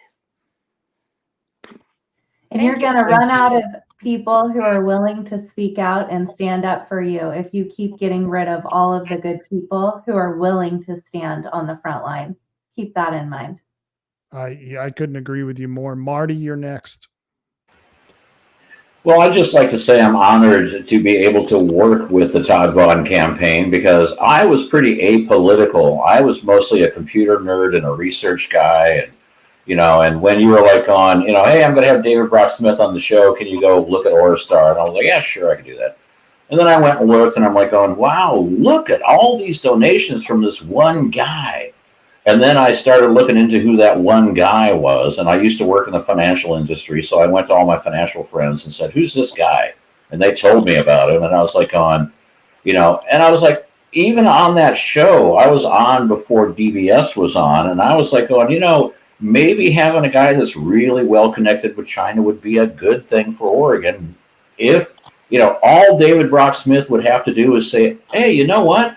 It looks a little bit flaky, but, he's actually helping me out. He doesn't dictate what I do.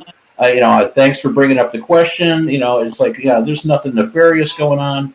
And we would have been on to Melissa Cribbins the next week. And that would have been the end of it.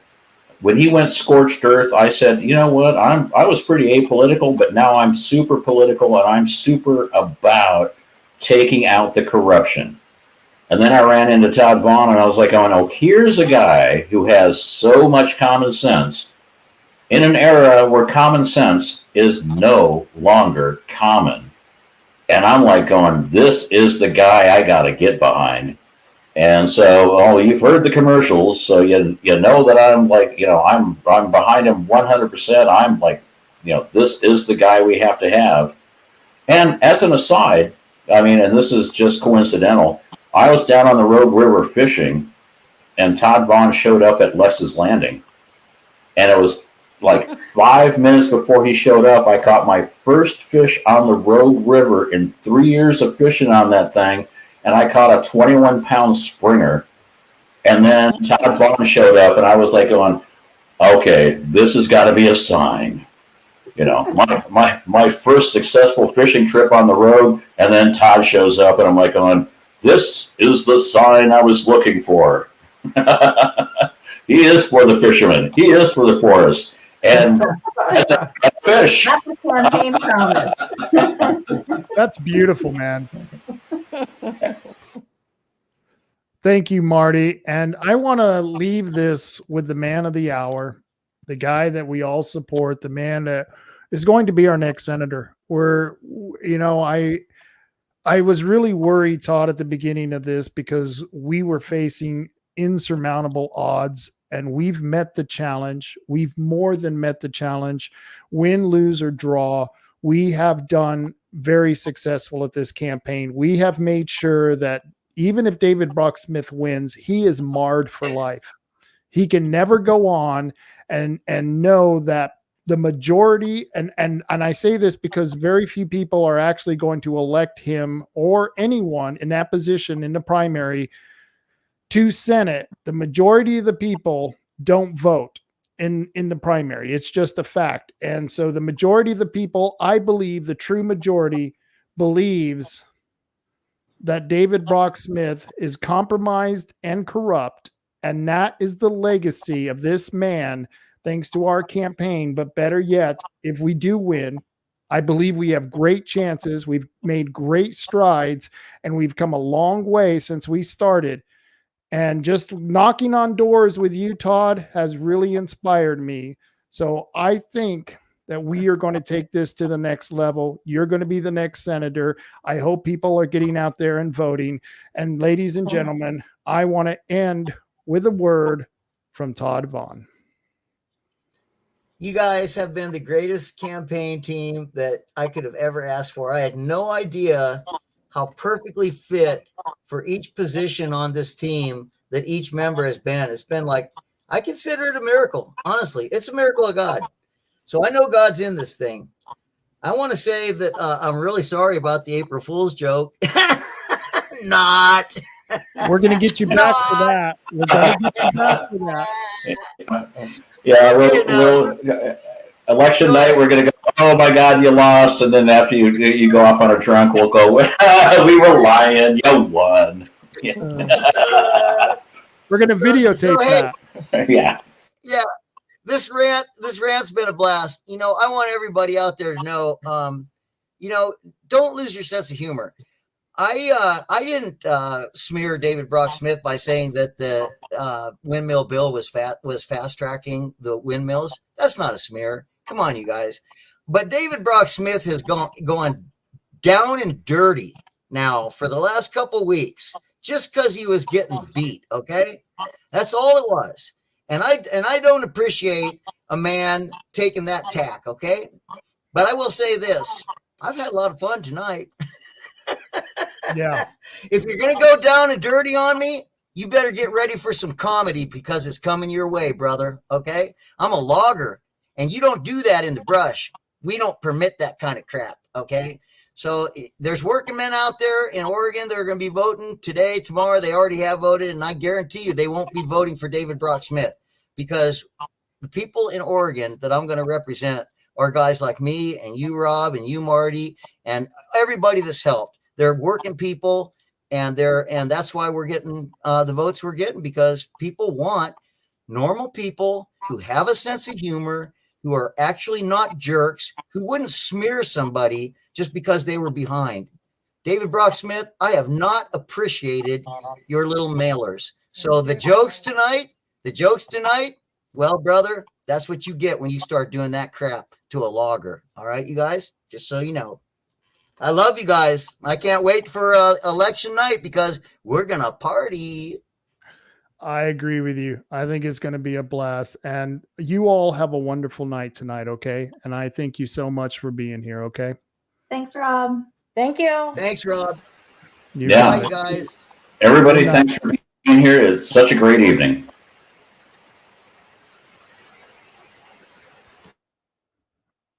All right. That was beautiful. I've never worked with such a good group of people.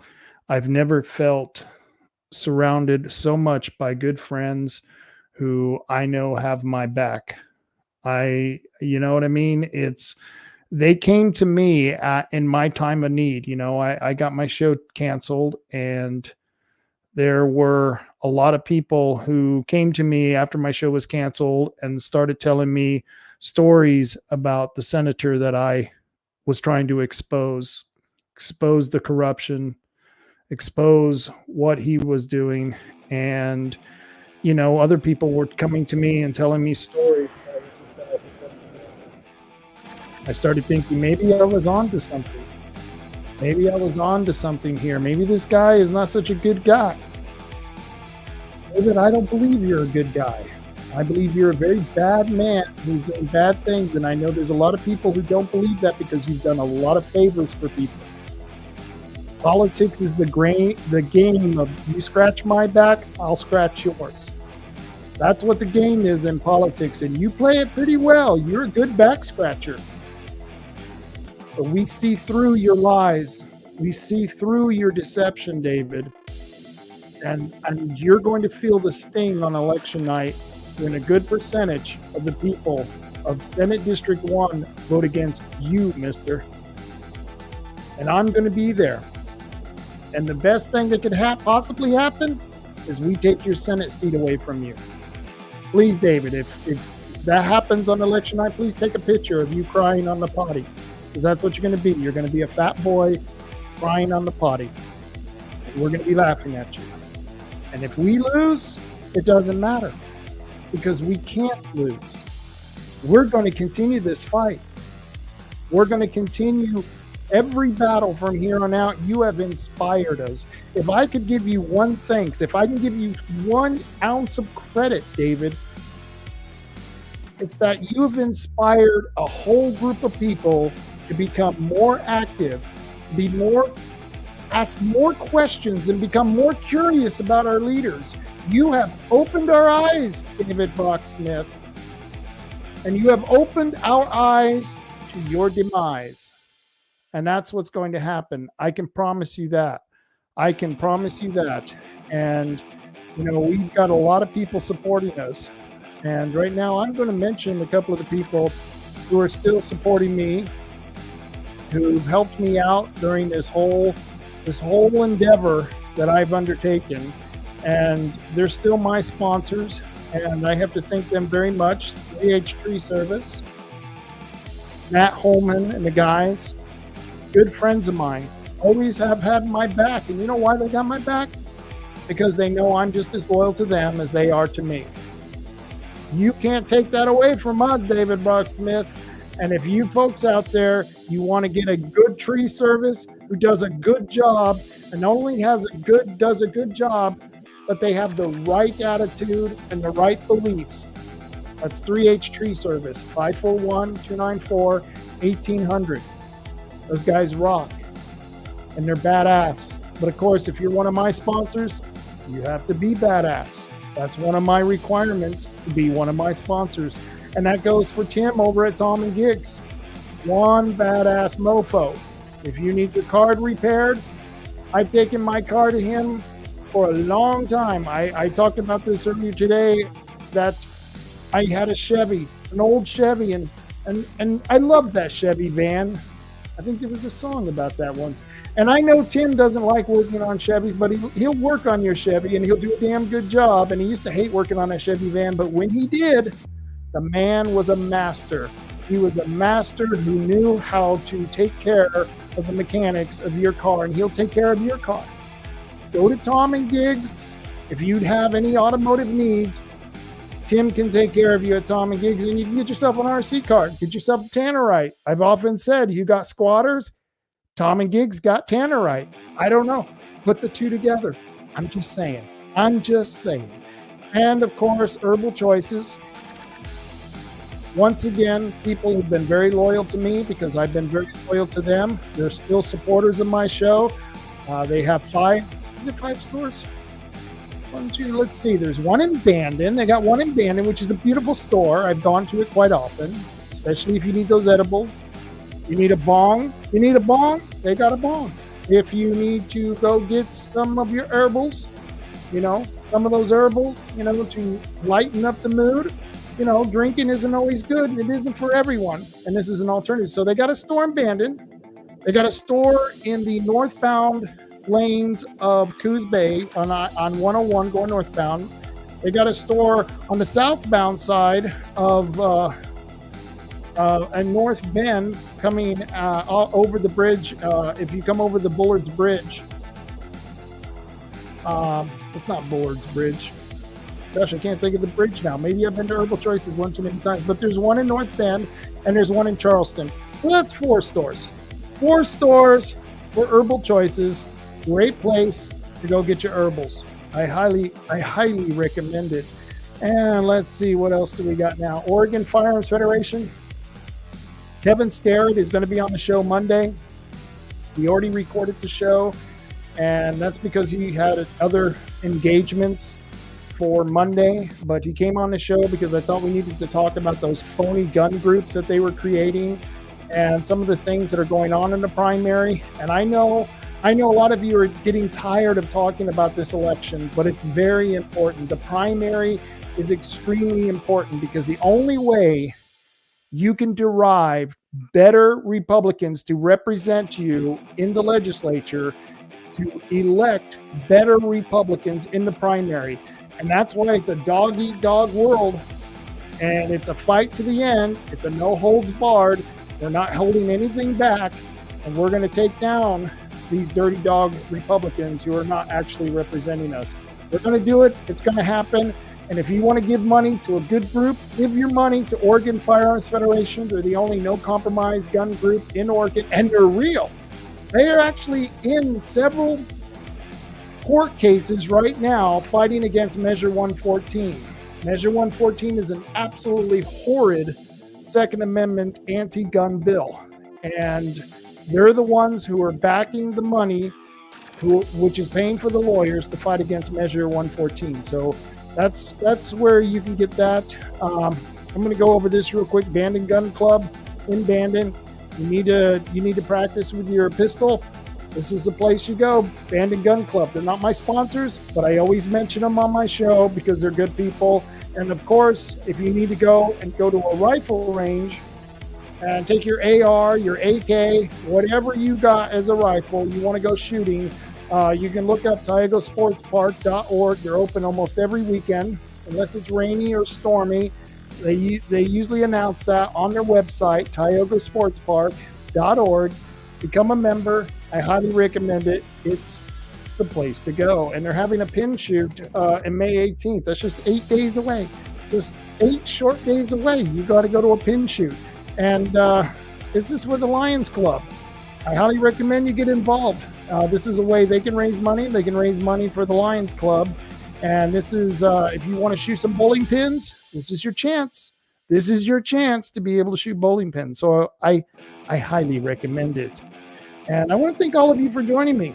Like I said, having those guests on here, Steve Hamerson, Michaela, Pod, Marty, Vanessa, it was like sitting around the campfire with a bunch of old friends, ranting about the endeavors that we are taking on. And believe me, we're not going anywhere. The party thinks they have rejected us. The party thinks they have eliminated us, have minimized us, and all they have actually done is empowered us. They have empowered us to the point where we are so formidable, they're scared, and we know they're scared. Look at all the flyers that I got from David Brock Smith. It's like a collection now, and it's going to be great because I'm going to save those for the bonfire that we're going to be having at the party for Todd Vaughn's campaign, victory campaign that we're having, because I think he's going to be the next senator. I think he's going to be the one to absolutely take care of this. And if you want to donate to Todd Vaughn, here's where you can do that at toddvaughn.com. If you want to find out about Todd, if you want to see some of the latest articles, you want to see some of the latest videos from Todd, go to toddvaughn.com and you can check out all of that. If you want to do me a favor, you like the show, you like the material that I put on this show, go to robtaylorreport.com and sign up for my newsletter. That's robtaylorreport.com. And you know who's a big fan of my newsletter? David Brock Smith. He opens it up almost every week. I don't know why. Is he watching me? I don't know. Or is he a big fan? I think David is a big fan of mine. That's what I really think. That's why he opens up my letters, all my newsletters every week. And I maybe he's spying on me. I just like to think that he likes me. But if you like what I'm doing, please like, share, and subscribe to my YouTube channel. It's YouTube at Rob Taylor Report or Rumble at Rob Taylor Report. And subscribe. Like my page, like my videos. And I'll be back. I'll be back on Monday at 3 o'clock on Rumble, on YouTube, on Facebook, on Twitter, or is it called X now? Good thing it isn't called Triple X. I haven't done Triple X since I was in my 20s. I don't do that anymore. I only do X. Triple X, I don't do that so much anymore. After I put on the weight and got old, it just wasn't pleasant for anybody. So just think about that and don't picture it, because it's a scary picture. And, oh, hey, look, I got a nice message from the very lovely Carol Yardley. Good show. Well, thank you, Carol. Another good friend, and I appreciate everything you're doing, Carol. She is a school board member on the North Bend School Board District. We took over that district. We took it out of the hands of the crazy leftists, and it was with the help of this lady right here, Carol Yardley. Thank you, Carol, for all you do. Keep doing it. We appreciate it. We appreciate everything that you've done for the movement, for the cause, the Patriot movement. And those of you who are interested, keep watching, because after this primary, we're going to be talking more about the Republican Party reformers. Republican Party reformers, we're going to be a group. We may not have meetings. We may not be so organized, but we know who we are, the Republican Party reformers. There's a whole group of us. We are statewide. In fact, I think we are nationwide. I think there are plenty of Republican Party reformers in a lot of states out there, especially in Washington, the state above us, and especially to the south of us, California. I bet you there's a lot of Republicans in there who are seeing an opportunity to take advantage of the failures of the Democrat Party. And the only way we can do that is to reform the Republican Party and make it a true conservative libertarian machine that is going to put really good candidates in office, like Carol Yardley. Very good. Very good. And Carol says, Elmer and I are ready. Elmer's badass. I really enjoy Elmer and Carol, and they are good company, and it's good to know they are ready. You got to be ready to be a Republican Party reformer. And so I will see you guys. On Monday at 3 o'clock. Tune in. And of course, next week, I've got a really crazy person I think I'm going to get on the show. We're going to have one hell of a rant. This guy, if I can get who I think I'm going to get on the show next week, you're really going to love it. But Monday, tune in for Kevin Starrett, and then get ready for one hell of a rant on Friday next week at 8 o'clock. So that's Monday at 3, Friday at 8. Hopefully I don't get confused when I put those dates on. I'm easily confused. What can I say? I'm getting old, but that's just the way things go.